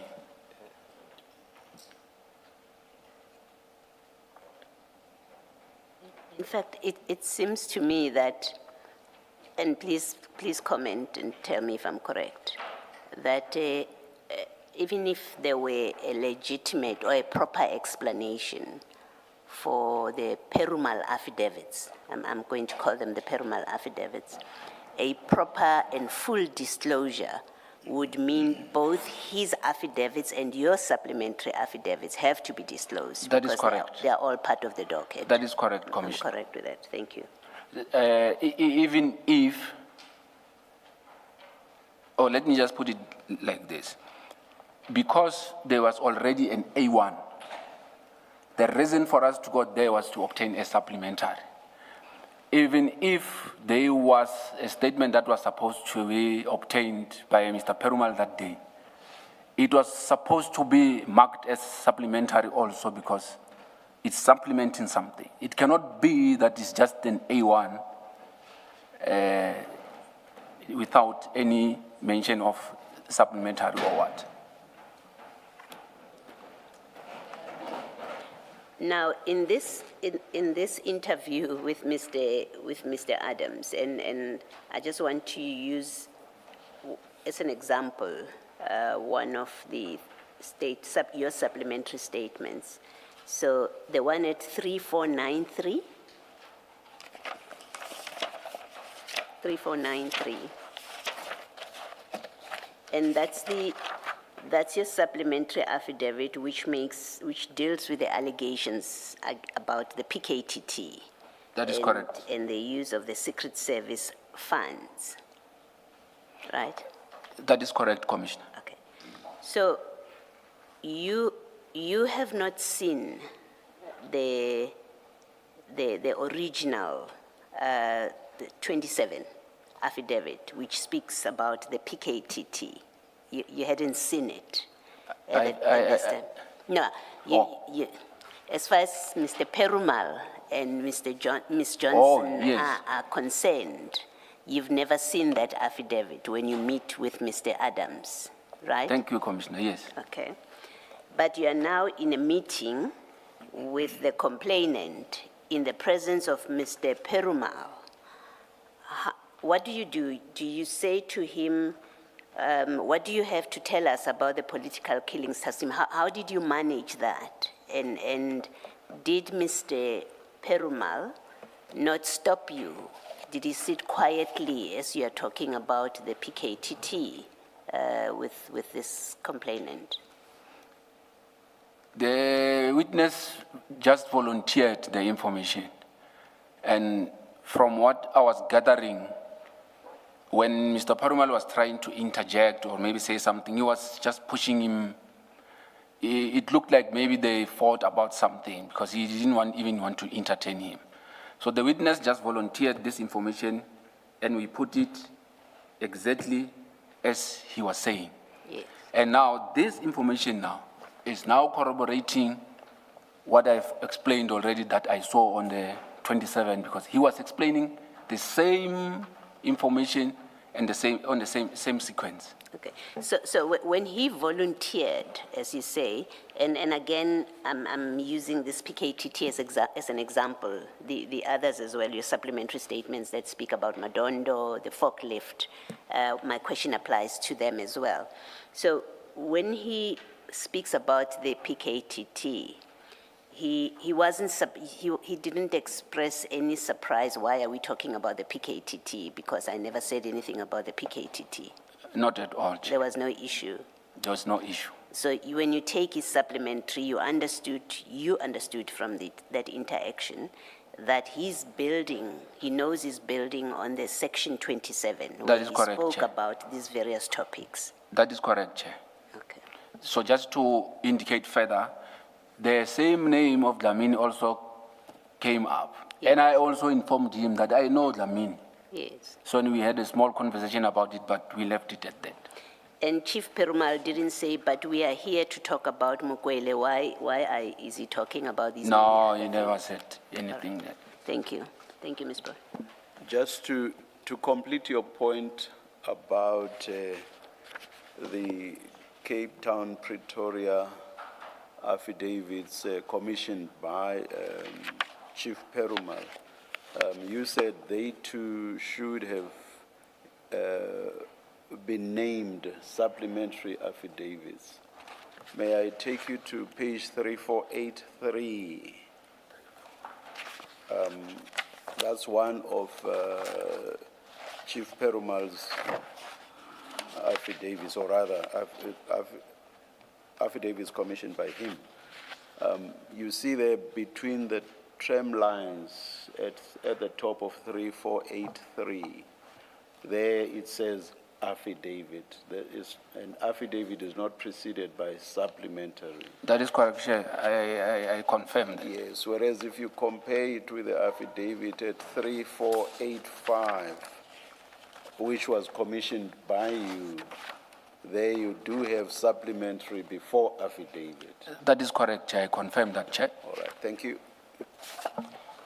And then, Chair, to make one last point on this topic, we've handed up 3 documents. I'll just deal with one, the one that's related, that has the presentation attached. It's an email dated Thursday, 16 January 2025. Just to avoid referring to the exhibit, I propose that we number it as the next annexure to his statement and to mark it MRR 12. Oh,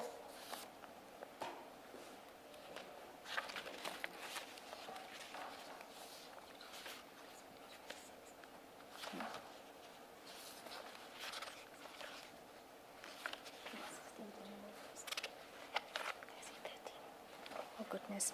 My apologies. Apparently, I said 13 January. It's 16 January. The email. Oh yeah, the time 13:31:01. Yes. Thank you. We will be using it And you say we should call it 12 or 13? MRR 12. 12, oh, thank you. We will be using it for a different point, but on this aspect, if you go to page 5 of the presentation, this presentation was provided by the witness this morning, hence the late edition.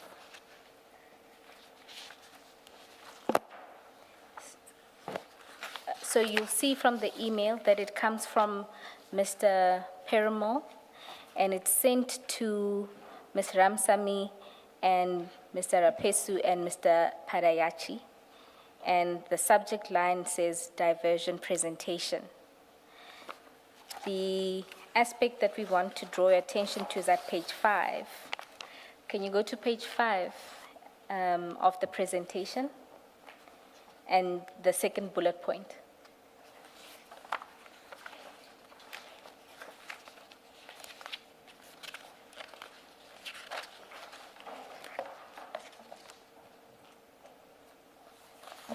I'm there, Chair.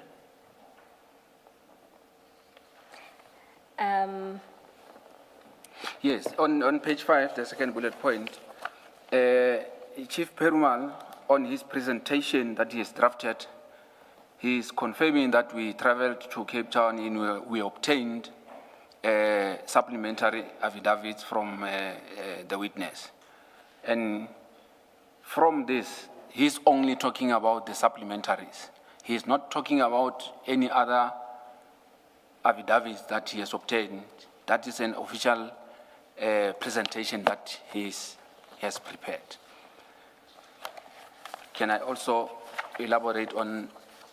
Yes, Commissioners, the witness also wanted to complete the point related to the section 27 that he saw, and that this presentation corroborates that. If we can go to slide 2 or page 2, and then you can explain from there. I think you should go to page 3, the top. No, page 2, so because it outlines all of Oh, the... yes. Yeah. The background of the matter is explained. It's explaining the gist of the matter about what was on the section 27. So what I want to point out is on point number 4, which is at page 3. But perhaps all of them help you. All right. If you recall all of the aspects you said you saw. Yes, but from number 1, 2, 3, and 4, which the first one is talking about the Lushaba matter, the second one is talking about the forklift matter, the third one is talking about the promotions and vettings, then the fourth is talking about the PKT, and it explains now what I was explaining that I saw on the 27th. So that information that I was relating, Chief Perumal now, he's putting it in his presentation, which is at point number 4.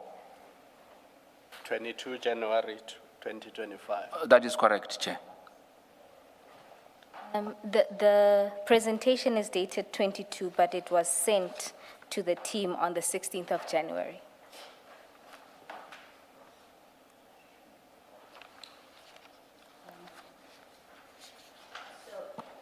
And this presentation, was it delivered? It was delivered, Chair and Commissioner. And it's delivered as in it was presented? It was presented, I think Advocate Ramsamy will talk more because on the day of the presentation, she also added from the prosecution side, then she'll be able to explain it further. I just wanted to indicate that that fact that I said I saw initially when I was browsing quick, it is now reflected on the presentation that was prepared by Chief Perumal. Did you attend the presentation?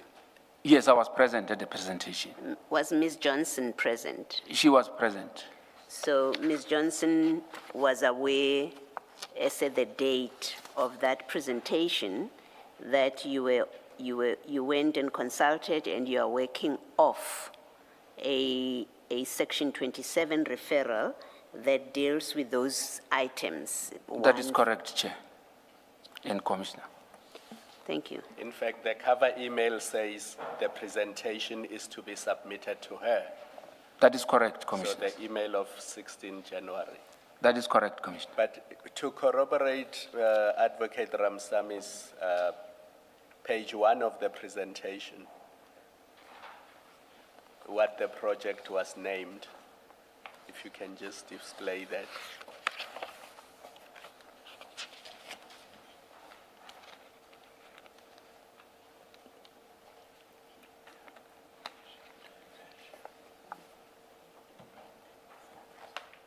Just very quickly, do you know where the name comes from? Why was it called Operation Diversion?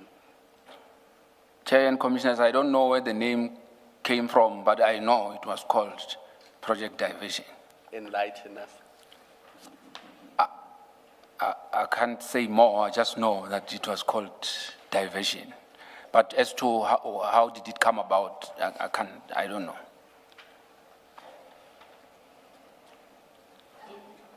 Sorry, Ms. Boy. Just perhaps even if it's just for completeness, in that page 3 of the presentation,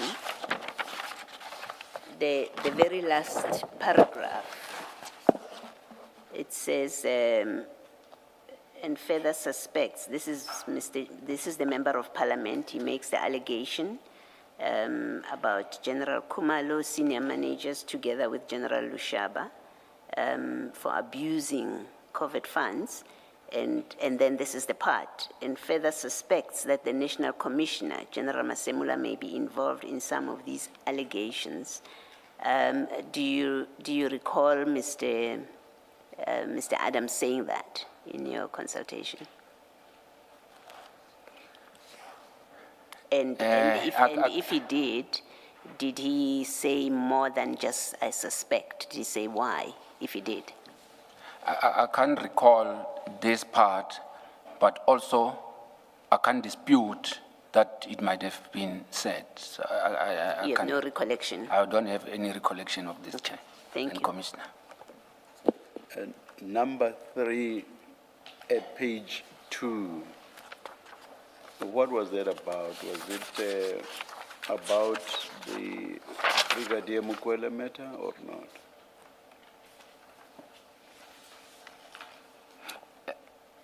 At the time, it was just phrased as this. So the probable word that they may have been used is the BMW lady, but not the name.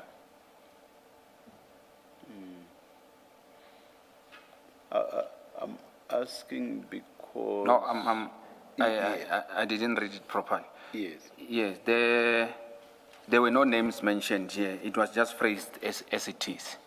Yes. I want to see how we relate this or do not relate it to a point you made earlier, which was that there was no mention of the Mukwele matter at some stage early on. Can you just give me clarification with regard to number 3 and what you said earlier? I will start it when we were grouping the cases. It was Lushaba, Madondo, Forklift, and PKTT.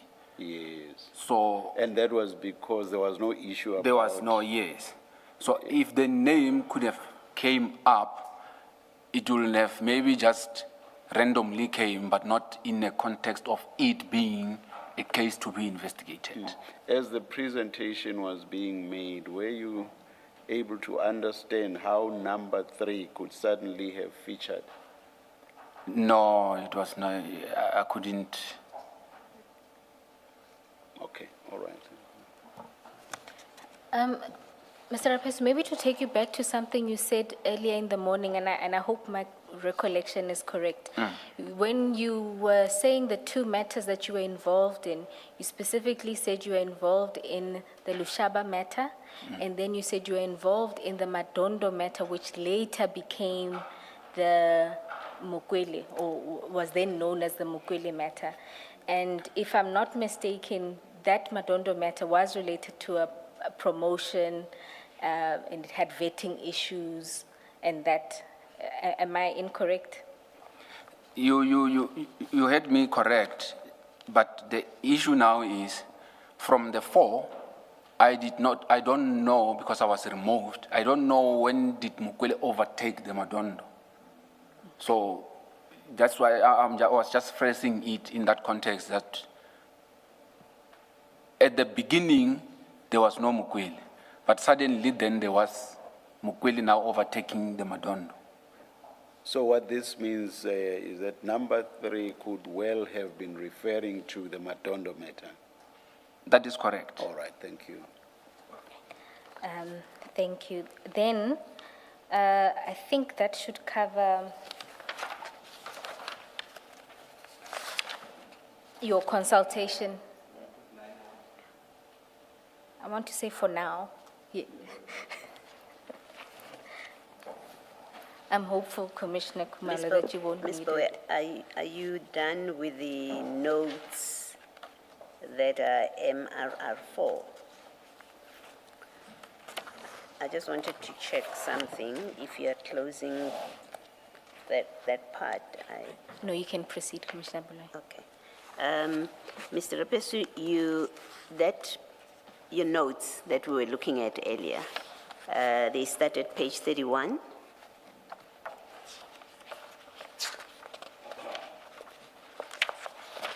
And it's really a short question. If you look at page 32, and that whole page seems to be concerned with the housebreaking at General Lushaba, the housebreaking matter, or the General Lushaba matter. That is correct, Commissioner. Now, you have there certain telephone numbers of two people as a side note, and one of them is Feroz Khan, and the other is Ian Small Smith. Do you remember why, who gave you these, and why, what were you to do, if anything, with these numbers? If you remember. If I remember well, these numbers were provided by Chief Peruman, and Mr. Feroz Khan was one of the people that was identified that he will shed more light about the topic that we were talking about. About the Lushaba matter. Well, maybe. Yes, about the Lushaba matter. Because the page looks like a Lushaba discussion. It was mentioned that he will shed more light, and I think it has something to do with the reporting or something. It has something to do with the lost items that were reported to Khan, something like that. Okay. So he would shed light on that. That is correct, Commissioner. Okay. And then the second name, is that a subs person? Ian Small Smith? Hey, I can't remember. Okay, you don't remember what I was said can't remember about what was it all about. Okay, thank you. Thank you, Ms. Bowe. Thank you, Commissioner Baloyi. I'm advised by Advocate Seagulls Nube that Mr. Ian Small-Smith is an attorney. I thought there might be another one in the subs. My apologies. And that I'm advised is according to Ms. Ramsamy. It was a poor. Hey, here's a double, triple. Commissioners, we are then going to move to the next topic, which is the instructions to subpoena General Lushaba's bank records. Mr. Raphesu, can you just explain briefly what happened in this regard, the instruction and how it came about? What has actually happened is Advocate Ramsamy came to my office with a piece of paper indicating that the head of the office, Advocate Johnson, wanted me to draft a Section 28 subpoena. So I had a conversation with Advocate Ramsamy to say, but this we can't do because we don't have anything in the docket that talks to that. And I was raising my concern to say, if we do this, I'm not going to be able to explain tomorrow why I subpoenaed these documents. So I must say I was very harsh. Was it the first time you heard about this 50 million rand need to get a subpoena or a matter relating to this? At that point, it was the first time I was hearing it. So I was a bit harsh on her to say, no, I can't do, like, I even used those words that we use yeah. So, but eventually, she said that she's gonna take my message back to the head of the office to say, so she wanted me to put it in a nicer way. So I did send a WhatsApp to say, can we at least stall or maybe wait until we get further information before we move on this? And just so that we can, let's go to your message. Although I'm interested in the harsh language, but I'll just proceed to the message that you sent. If we can go to file 10 at page 172.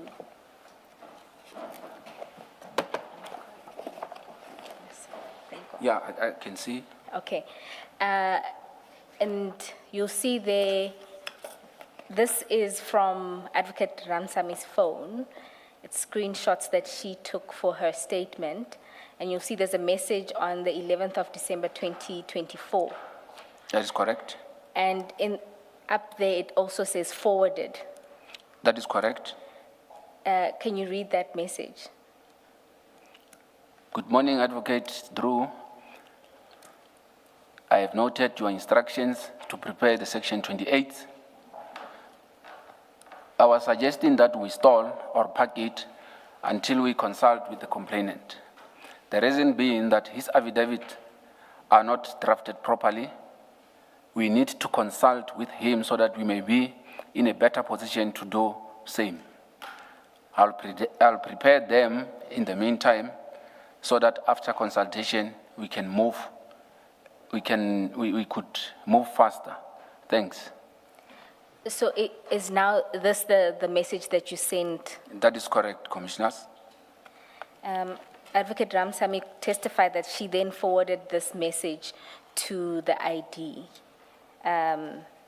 Maybe before you do that, the complainant that you referred to in your message to Advocate Ramsamy, who are you referring to when you say we need to consult with the complainant? I'm referring to Mr. Fadil Adams, Commissioner. Because you thought that this comes out of his complaint? That is correct, Commissioner. Okay, thank you. After you sent the message to Ms. Ramsamy, what happened? Did she get back to you about? She did get back to me, but she indicated that the ID did not take kind of me questioning her. So we were summoned now to Advocate Johnson's office, where now she now instructed me to draft the Section 28, and that's now when she explained that she got information about the 50 million, the slush funds and other things. So she also instructed me that I must do those 28s as in now, because she wants to sign them before she left the office. And did she indicate where this information was coming from and or which docket it was even related to? No, it was not mentioned. And just an earlier thing that you said Ms. Ramsamy came in with a piece of paper. What was on the piece of paper? On the piece of paper, it was just information about General Lushaba, but what I could pick up there, it was the ID number. So I had to do those subpoena on his ID number. Remember, the banks that he's banking with, we will not have, I don't think they will have got them. So the instruction was to use the ID number. The instruction was to use the ID number, and then would you then send to all banks? That is correct. Then can we just go to the email? If you can go to page 173 of file 10.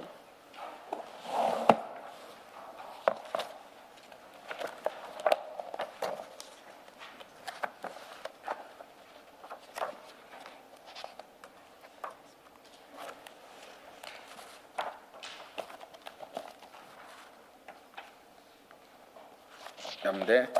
Is that the email that you sent?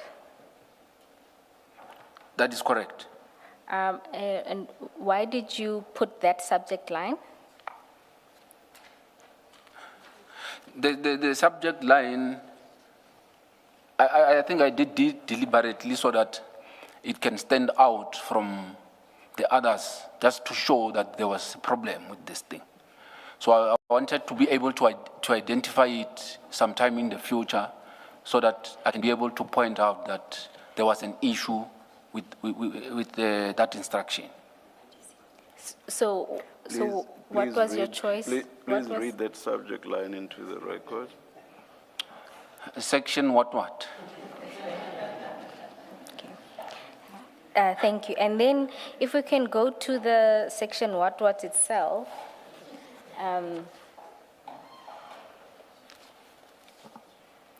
They are on the following page. If we can just go to the next page, 17. The first thing to note is on the following page, there's a number of annexures. Can you see that in gray blocks? That is correct. I Those can are see.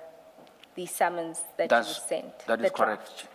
And then if you go to the next page, is this one of the summons? That is you correct, drafted Chair, Commissioners. For Advocate Johnson to sign? That is correct. Now, if we go to Annexure A,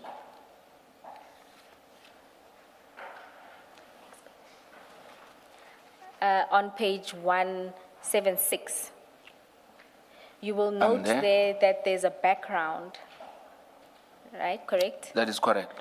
And when you look at the background, you indicate, my apologies. No, I'm following. It's fine. My apologies, it's me who can't see.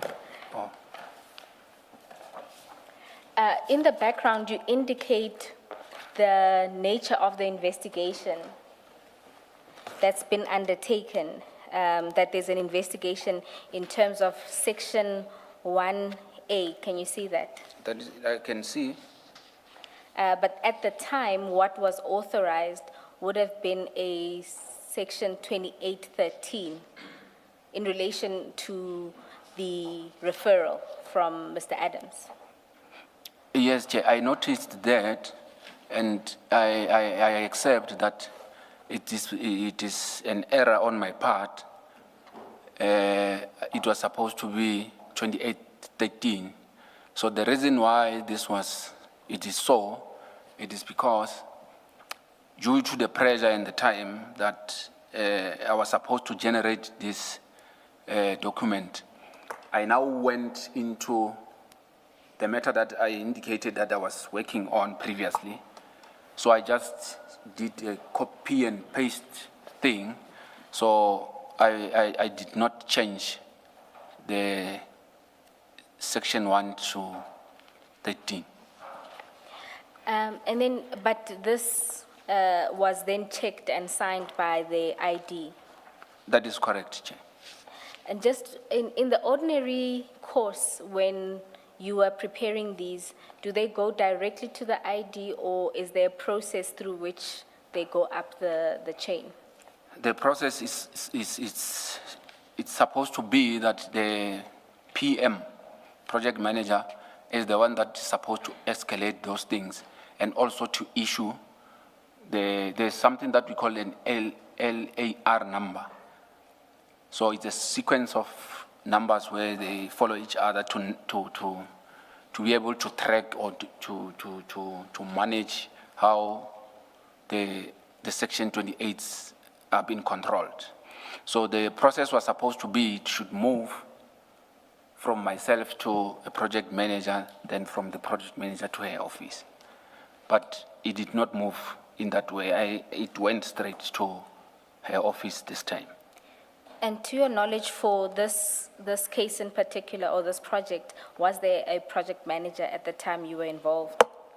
No, there was not. And just lastly on this topic, I know you communicated your issues in the text, but in the meeting, did you convey to Advocate Johnson that the issuing of this subpoena in the circumstances of very little evidence would be problematic? I didn't even get a chance to speak.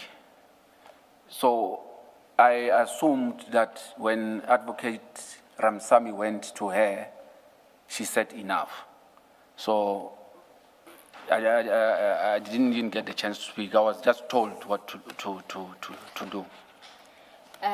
Did you consider the meeting a consultation, or was it really just to receive the instruction?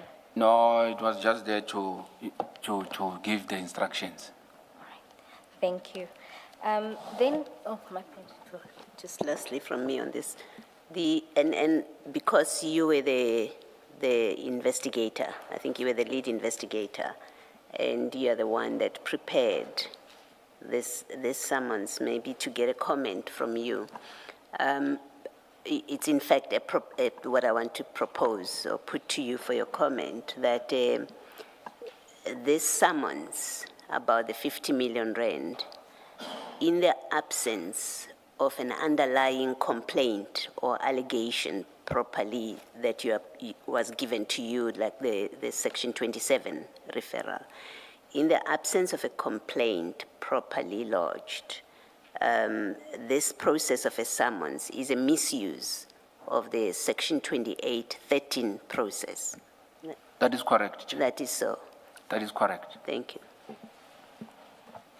And then, just out of interest, did this process ever yield any bank statements? Or by the time a response was received from the banks, you were no longer on this matter? No, we got some results back, but when we receive those, usually we give to the financial investigator to analyze, because sometimes it's a huge document. So what I will do is I will collect from the banks, and when everything is done, then I will provide it to the financial investigator. But I was removed before that process could finish. Thank you. Then if we can go to paragraph 43 of your statement.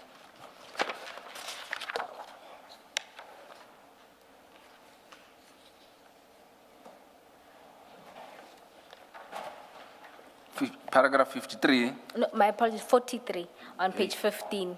Oh.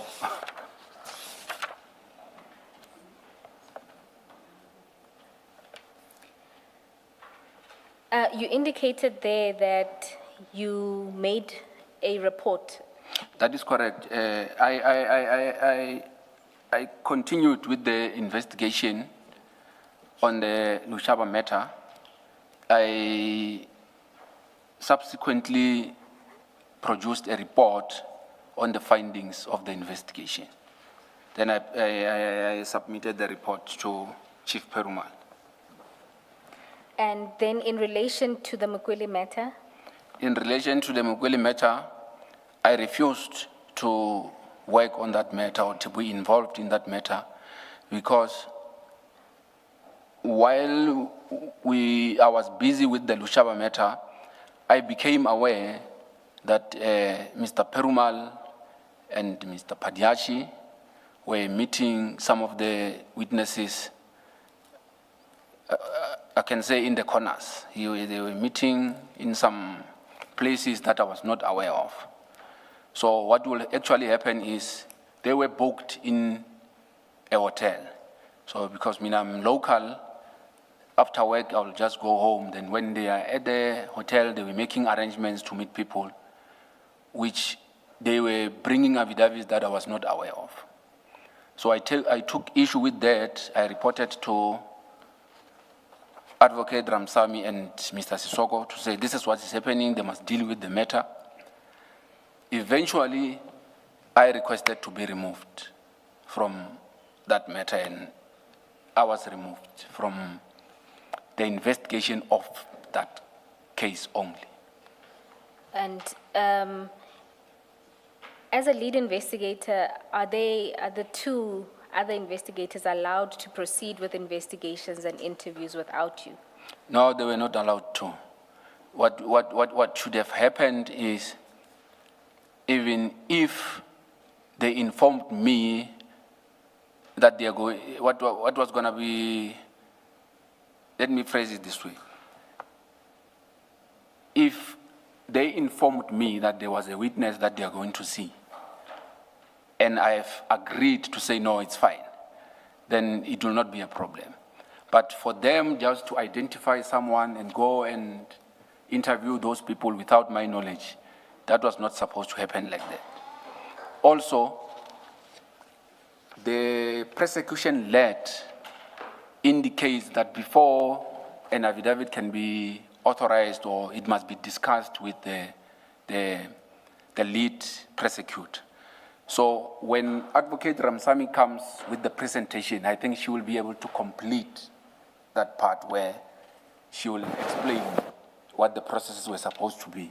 But from your question, they were not supposed to have done that.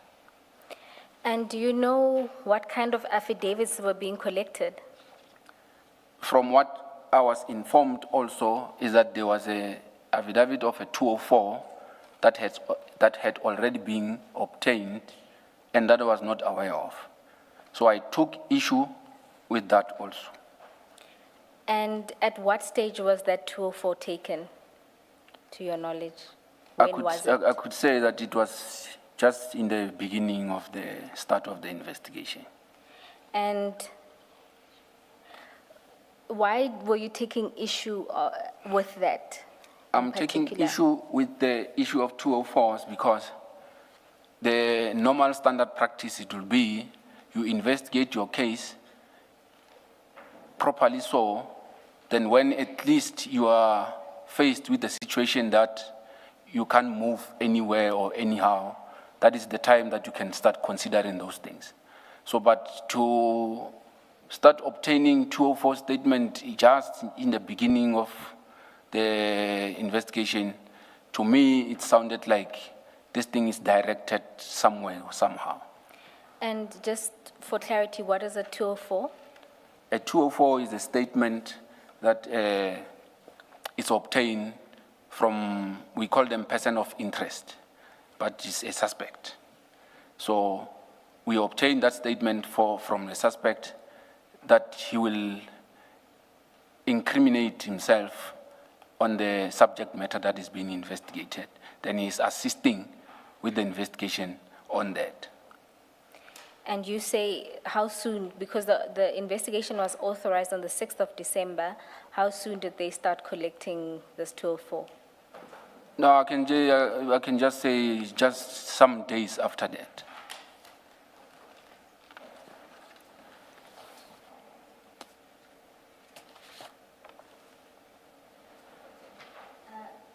And then this also deals, commissioners, with the paragraphs 48 to 51. But just on the last answer that you gave, why is it problematic to get a 204 so early in the investigation? It is a problem because you are running a risk of being misled by this person of interest, because he can actually divert or push you into a wrong path. Instead of obtaining the subjective investigation yourself, so that even if you are approaching someone, you can be able to detect if he's lying or what. So it is not advisable to start things at that way. And so it was your view that this investigation was being directed in a particular way? That is correct. That is the reason why I refused and said I can't get involved into this thing. And when you raised these issues with Ms. Ramsamy and Mr. Sisoko, did you get any feedback? No, they gave me feedback. They indicated that I should continue concentrating on the Lushaba matter, and the other matter, the other two guys will continue with it. So that meant that because I was a lead on all these cases, then that means from the day that I was removed, then Mr. Padiachi assumed the responsibility of being a lead on that other matter. On the Mukwele matter, That is correct. and you then retain the Lushaba matter? That is correct. All right. Chair, we are going to move on to the next subtopic. Maybe just to say that the recent exchange would deal with paragraphs 48 to 51 of the statement. What remains is a consultation with Mr. O'Sullivan and the disciplinary proceedings that were instituted against the witness. It's Let's continue and see how far we can how get. it goes, yeah. Now let's deal with your consultation with Mr. Paul O'Sullivan, which takes place on the 13th of January. You deal with this at paragraph 45 onwards of your affidavit. Yes, I was instructed to contact Mr. O'Sullivan and to find out from him what he was investigating and whether he had reported or opened a case, so that if there was a case open, so that we can go and also collect the case. So during the interview, or just before the interview, he sent me 2 emails. On the emails, it's the document that I've already explained, the letter and the report that I've already indicated. So on the email. Just one second. Commissioners, there would have been 2 other documents handed up.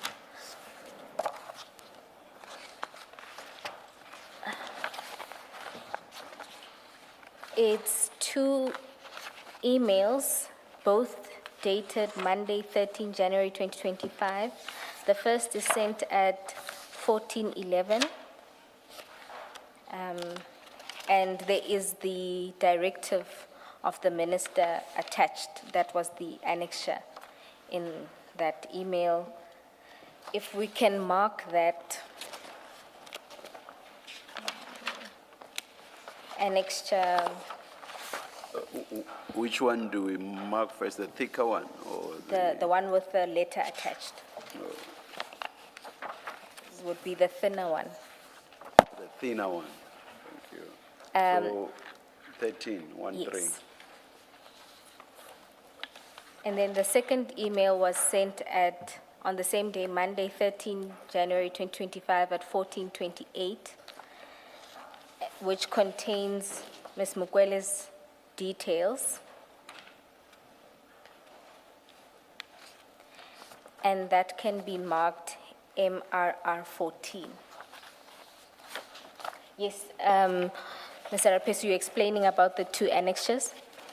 Yes, the 2 annexures, I printed them as they are, then I recorded them in the docket to be filed. So I also made an entry in the diary of the docket.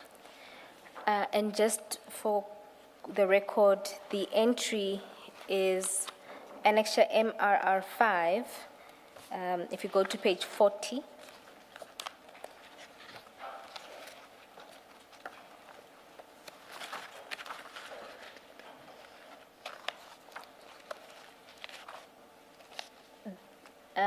Mr. Raphesu, at page 40, is that where you recorded the consultation? That is correct. At page 40, I confirm. That is the entry. Is it the one dated 15 January 2025? That is it correct. 15 or 18? That is the 15th commissioner Thank you. and chair.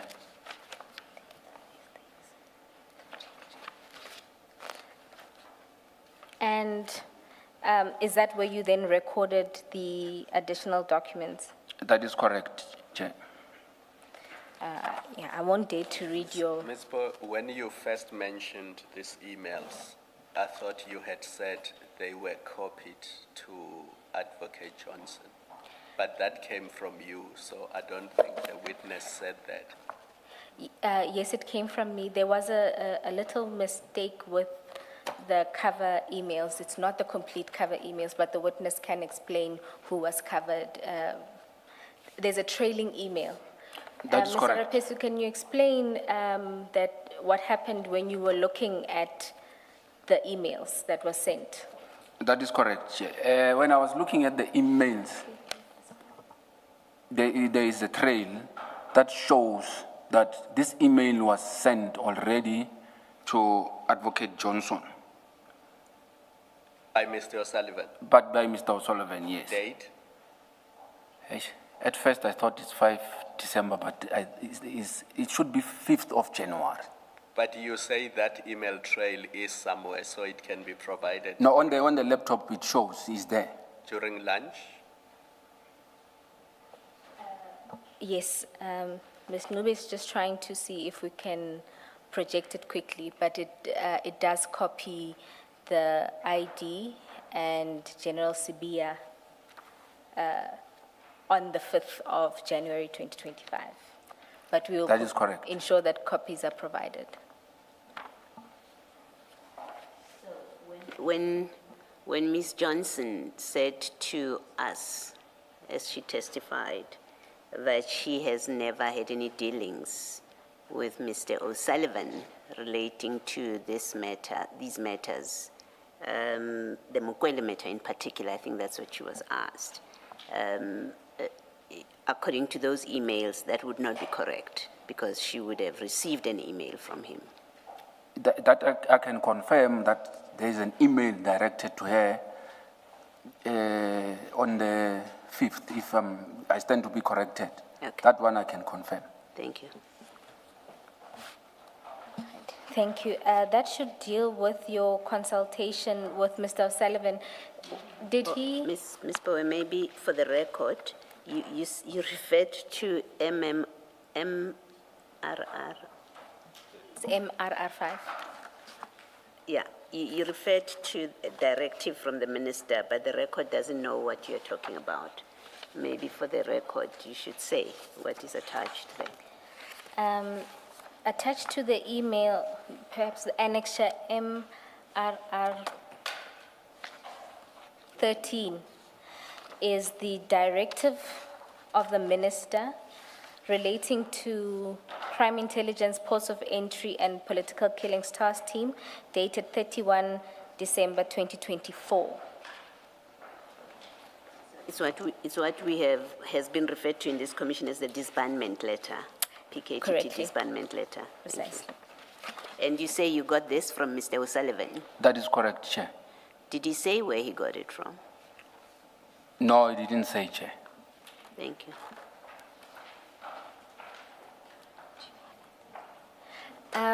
Chair, I'm advised that the attorneys do have that. I'm just going to ask them to hand that up so that you can have it quickly. It's relevant also for a different set of individuals.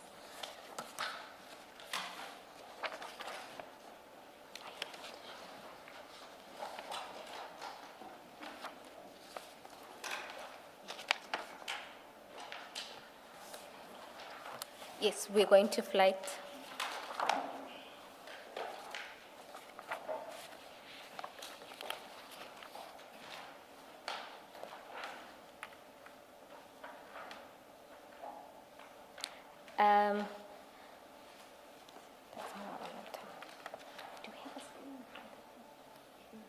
Oh, my apologies. I was confused. I didn't know we have the screen in front of the witness, so I was pleasantly surprised.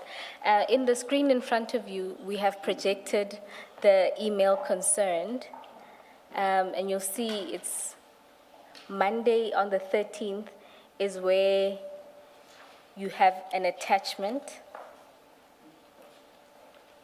That is correct. and that would have been the disbandment letter. And then if you scroll down, you will see the trailing email. And there it's dated the 5th of January 2025. And it's addressed to, for the record, for the public purposes, we've redacted the recipient, but that is Ms. Mukwele. And then copied in that is General Sibia and Advocate Johnson.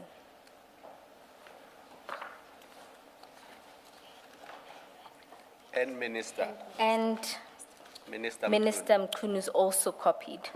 My apologies. Don't look at the redacted version. If you look at the version on the hard copy, you'll see that there is also I can't pronounce that surname, but SMK at SAPS. So it's General Sibia, Advocate Johnson, this individual, and Minister Mkhunu, who are all copied.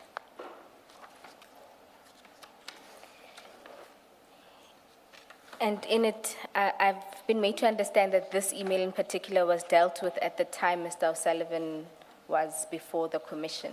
And this was his email to Ms. Mqwelo indicating a couple of questions that he had, demanding a response from her by a particular date. And the response is to render, I'm looking at the next page, maybe we have that.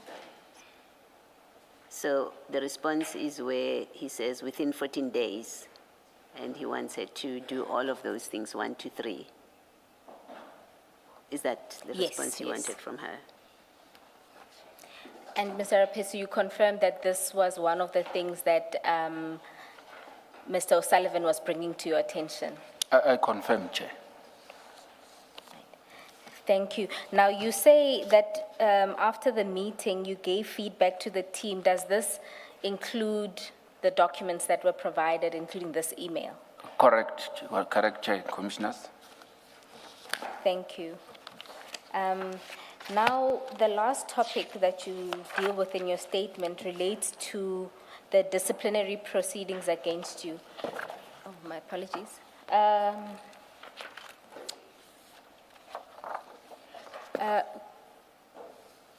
Correctly done, this is actually follows on to the first page of the cover page in MRR 13. So if you look at the bottom of the page, it'll say page 2, and this one that you just got will say page 3.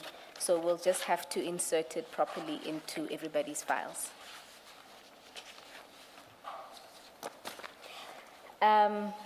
Then we can move to the disciplinary proceedings against you. Can you summarize what happened in this regard? Commissioners, around that time, it was a time when I was questioning or refusing to work on this matter. And the chief was not happy that I was also indicating that they cannot do any of the investigation without informing me. So he took issue with that. So on the 10th of February, I was called to the head's office, Advocate Johnson. So on arrival, I was presented with the correspondence, or let me just call it a letter, that was addressed to me, indicating that disciplinary action has been instituted against me, and that I have 7 days to respond to the said letter. I was instructed to hand over everything that was in my position, meaning I have to hand over all the dockets, documents, everything that was in my position. I did do so. I handed everything. Then I left the building. All right.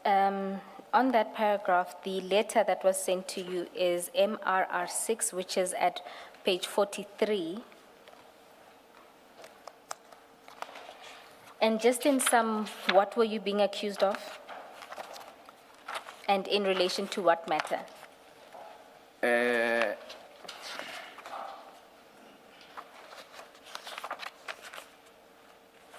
I was being accused of leaking information.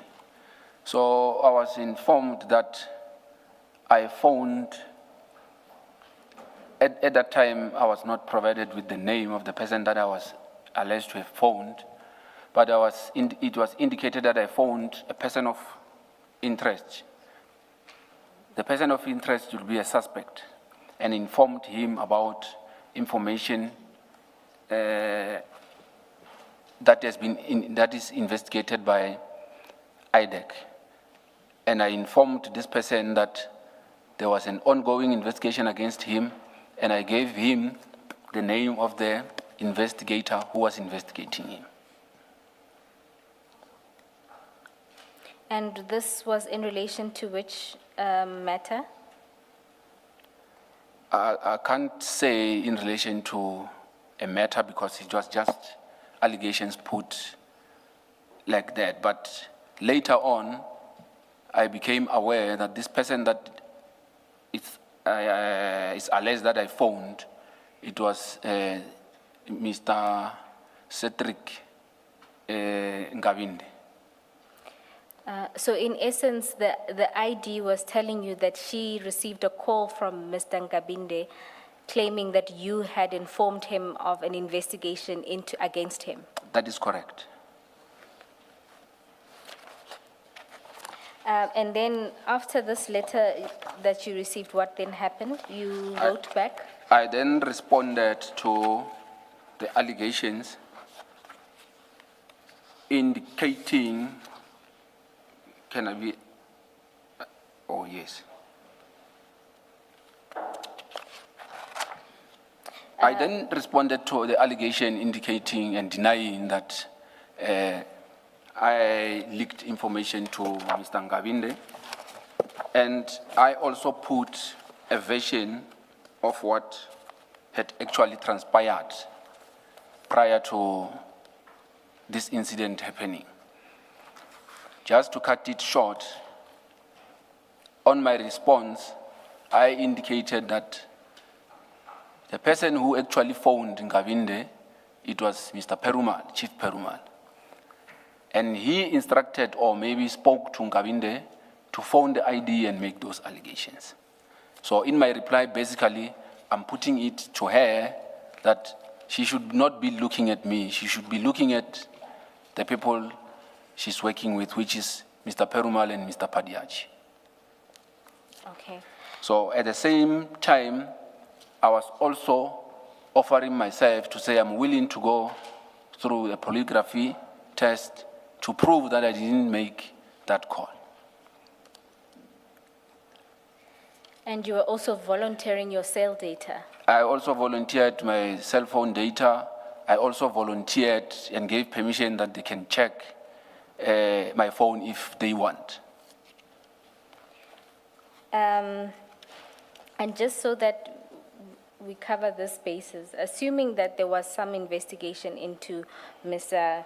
Ngabinde, Advocate Johnson accused you of sharing information about an investigation with the suspect or a person of interest in that investigation.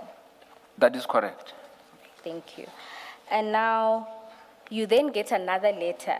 This one is dated the 26th. And that is MRR 8. Whilst you are finding it, what was Mr. Ngabinde being investigated for, do you know? I didn't even know what was the investigation about. Oh, all right. Maybe you've said this already, but let me just ask anyway. And this is Minister Mkunu's Chief of Staff. Is this Minister Mkunu's Chief of Staff, Chair? Chair, two witnesses will deal with this aspect, Ms. Ramsamy and Mr. Sisoko, in detail, the investigation part. Thank you. Just ask a slightly different question. You deposed to that one affidavit about the handling of the dockets, and you said it's because of what was said in Parliament, in the ad hoc committee. Did you follow all of Ms. Johnson's evidence? And I'm asking because I seem to recall, and I'm trying to find it here, on this Nkabinde matter. That is correct. Did you follow that part of it? I did, Chair and Okay. Commissioner.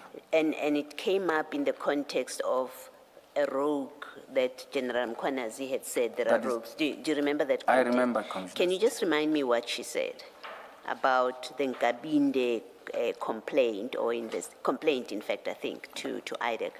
Chair and Commissioner, if I remember well, she said that Nkabinde had called her and made false allegations against one of investigators. So I can't remember if there was a follow-up or what actually happened after that, but I remember those words.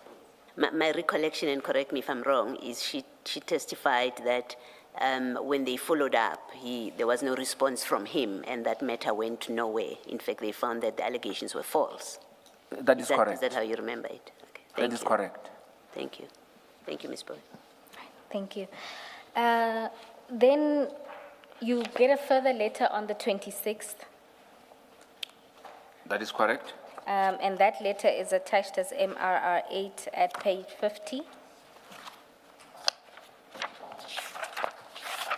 That is correct.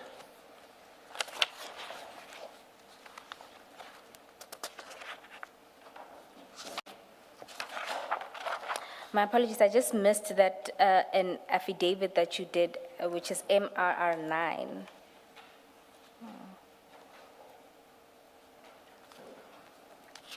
On mine, same 52.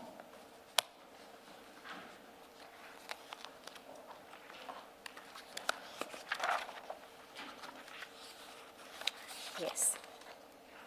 And there, in that affidavit, you again explained your position. In the affidavit, I'm explaining my position, and I'm also indicating that there were further charges or further accusations that were made. And I'm also denying those further allegations. Do you recall what the essence of those further allegations were? I think they will be contained in the letter that I received before. I don't know if it's attached.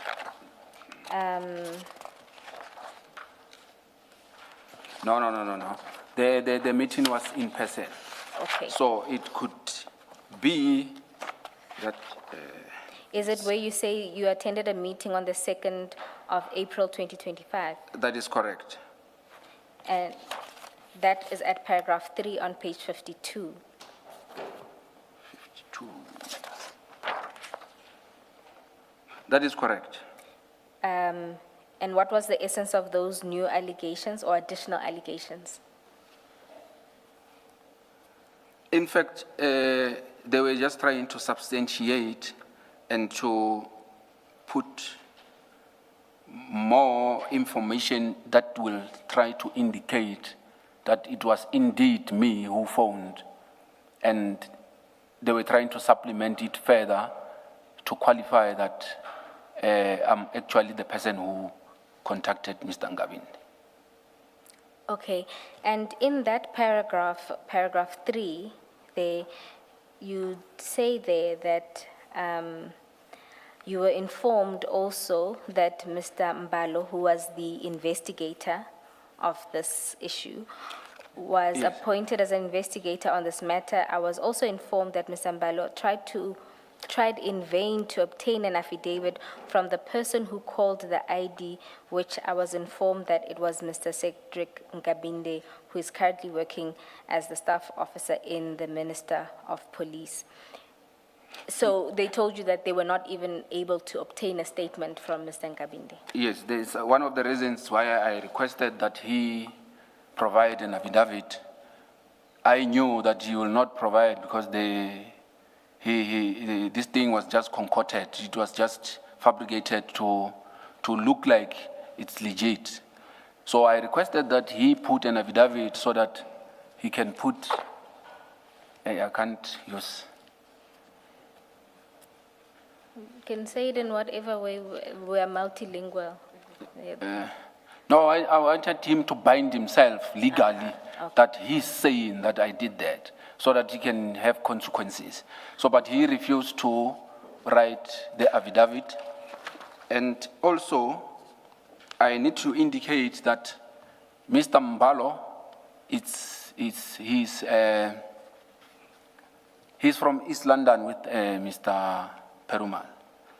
So the fact that they put him as an IO on this matter, it then meant that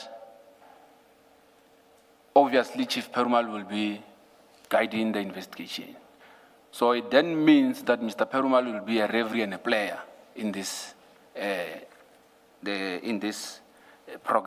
process. So why I'm saying that is he's actually a complainant because he's the one that said Nkabinde must phone. He's also a witness because when the phone was made, he was with the head of the office, Andrea Johnson. He's also a suspect because he's the one that orchestrated this thing. Also, he's now the IO again of the same matter. Okay. Besides coming from the same town or city, were they close? They were very close. I'm asking because I'm not close to everybody who comes from my hometown. Actually, just to give context, Mr. Mbalo was a TRT member. He was one of the guards of Chief Perumal. So eventually, he became the investigator. He's now working under Chief Perumal. So you can see from there that they are very close. No, that answers me. Thank you. Do you know when this investigation started into you, or when the call was made? I did not even know the date, the time, or the duration of the call, because Nkabinde told them straight that actually when Mbalo indicated to me that he requested that information from Nkabinde, Mr. Nkabinde told them that he can't remember when the call was made. And it's recorded on my affidavit that this is what Mbalo said to me. So as things stand, I don't have the date of the call. I don't have the date in the form of hours, minutes, or seconds. I don't even know the duration of that call. It was never put to me that on this date I did this. I don't know when that call was made. And are you aware when the ID launched an investigation into you? I will presume that on that day that I was informed, on the day that I was informed that Mr. Mbalo is the IO, I presumed that that was the start. Okay. Ms. Pewa, if you look at page 43, if you hadn't, and you have from paragraph 7 there, and 8, 9, that's Ms. Johnson. Maybe you want to put it to the witness, it might refresh what discussion they had. So now if you go to page 43 at paragraph 7, Correct? you'll see there in the letter, Advocate Johnson records that she started receiving the calls on the 29th. You see that? That is correct. And that it's only on the 30th when Yes. she got an opportunity to speak with that person. That is correct, but also these dates relates to the dates when she received a call, allegedly received a call from Nkabinde. The actual call to Nkabinde, no one is talking about it, where he's alleging that he received a call from myself. Okay. And then just I want to point your attention to something else. If we can go into file 10. My apologies, Commissioner Khumalo. At page 245,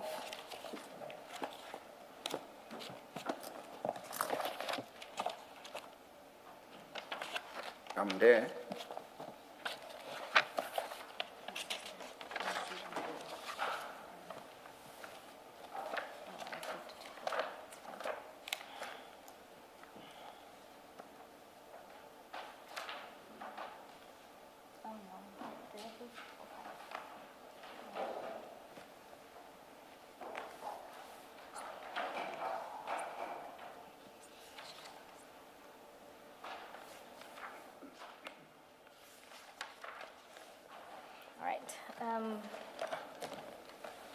You will see there is a screenshot that was provided by Ms. Ramsamy. Okay. And then you'll see that on the 30th,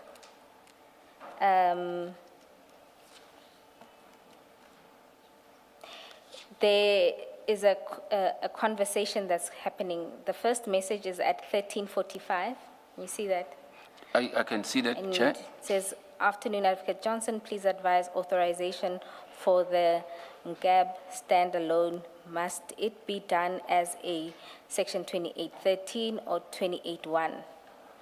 And then there's a response to that, and it says, "We'll check.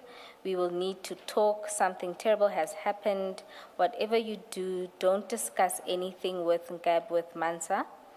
When you hear what I have to say, your heart will break. And that's at 13:55.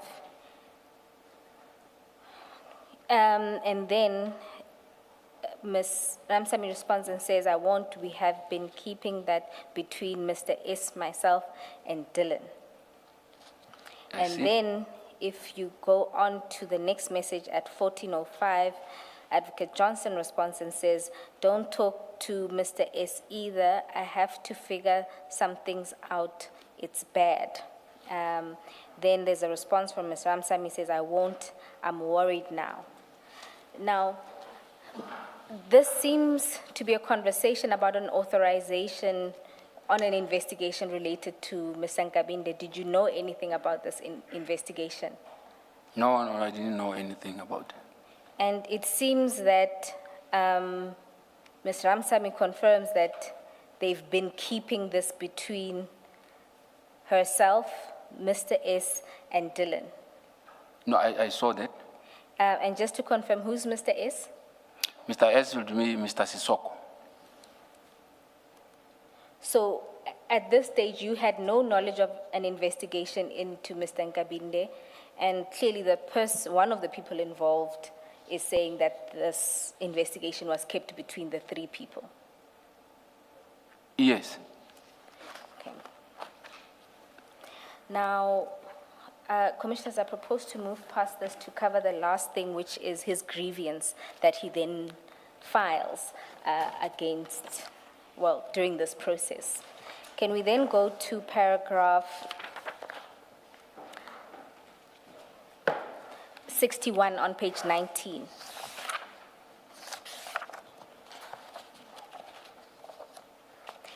Can you explain the process that you followed in lodging the grievance and what has happened in regard to that grievance?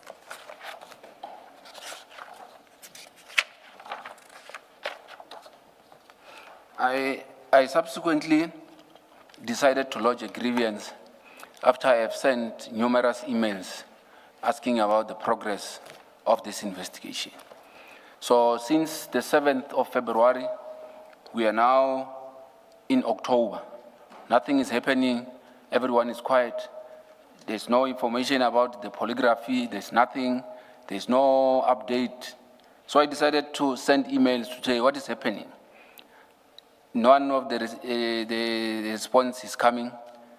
On the 24th, I decided to file a grievance to say I've been investigated from this day, still today, no one is saying fuck all about this thing.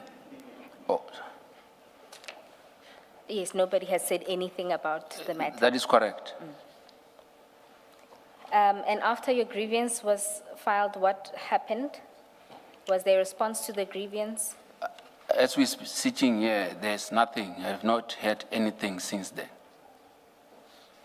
And So then, what actually happened is I happened to get information that at some point after the grievance, there was, I don't know whether to say panic or maybe a retaliation or what.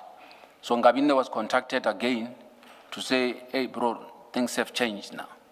So I don't know how they managed to persuade him to file an affidavit.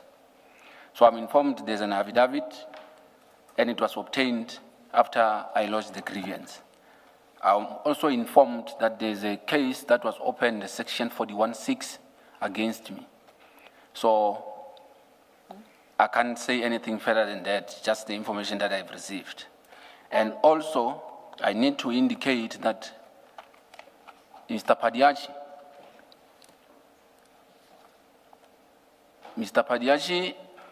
was going around the office telling people that I've put his life in danger. And he was accusing me of putting his life in danger because one of the accusations was that I put his name as an investigator.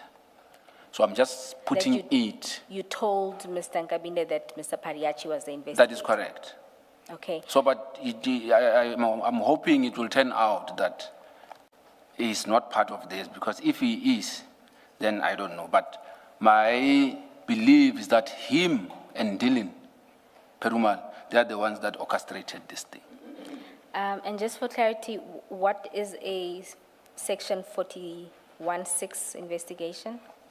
The section 41(6) investigation is, I think advocate tried to explain it yesterday to say, you are barred from sharing information about cases that you're investigating with outside people, or maybe sometimes with other colleagues that are not designated. It's along those lines. And have you ever seen that kind of inquiry, 41(6), being conducted internally at IDAC? I have never. This should be the first one. Alternatively, maybe if there was, I was not aware of. Right. Thank you. And you've also mentioned that despite various follow-ups, nothing has since come out of any of these processes. Fuck all. And then, I mean, you just reiterate towards your end of your statement that you believe that this was orchestrated by Chief Perumal. That is correct. And then the last thing that you deal with is your conclusion, where you set out what you intend to do. So I'm indicating in my conclusion that I'm intending to open a criminal case. So the reason why I didn't open a case then is because I didn't want it to look like I'm countering whatever that they were investigating against me. So I wanted their process to finish so that I can continue. So it looks like they don't want it to finish. So basically, I've been investigated forever and there's no outcome in this. So I'm gonna ask that, I think I'll speak to advocate, because there are processes when you have to open cases and other things. But my intention is to open a criminal case, and I'm hoping that the commission will also assist by providing investigators to take over that case, because I don't want it to land on wrong hands somewhere. So that's basically what, in short, yes, that's what I'm intending to do.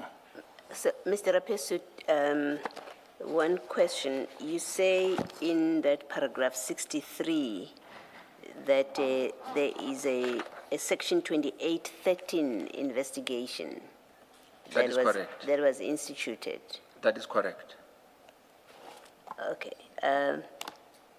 Yeah, I think it seems wrong to me, because section 2813 permits investigations to enable the ID to determine if there are reasonable grounds in terms of subsection 1A of 28.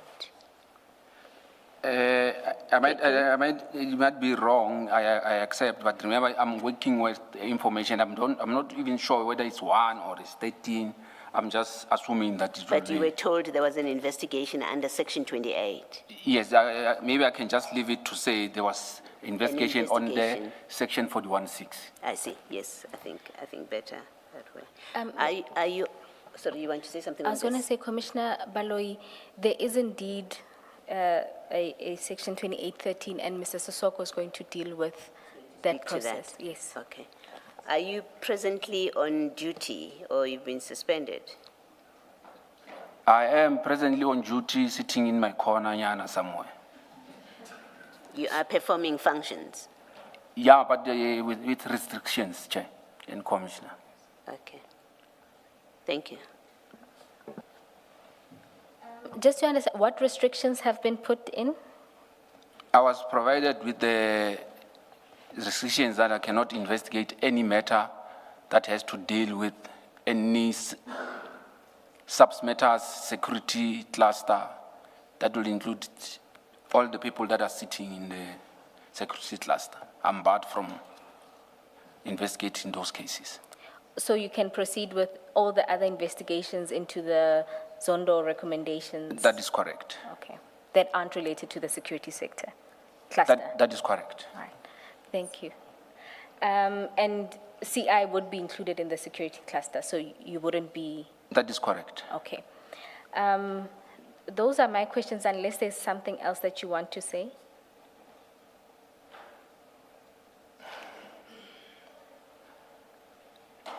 No, I'm okay. I'm fine. All right, thank you, Mr. Raphesu. Commissioners, there aren't any questions from me.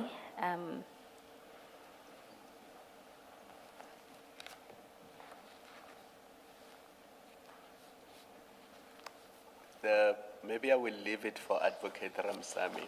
In the chats you were looking at, there's one of the 6th of January 2025, where after the Cape Town consultation, she sends the chat to Advocate Johnson to update her about the Cape Town trip and the supplementaries, just to corroborate what this witness said. But maybe because it's Advocate Ramsamy's chat, she will speak to it when she comes back.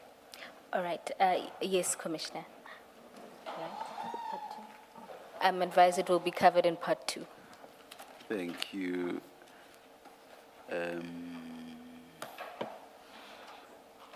Before we go to lunch, can we ask to meet council outside, please? And we'll come back shortly. Just a moment. When we stand down just now, you are free to depart. You are excused. Thank you very much. Thank you, Chair and Commissioners. Thank you. Let's adjourn.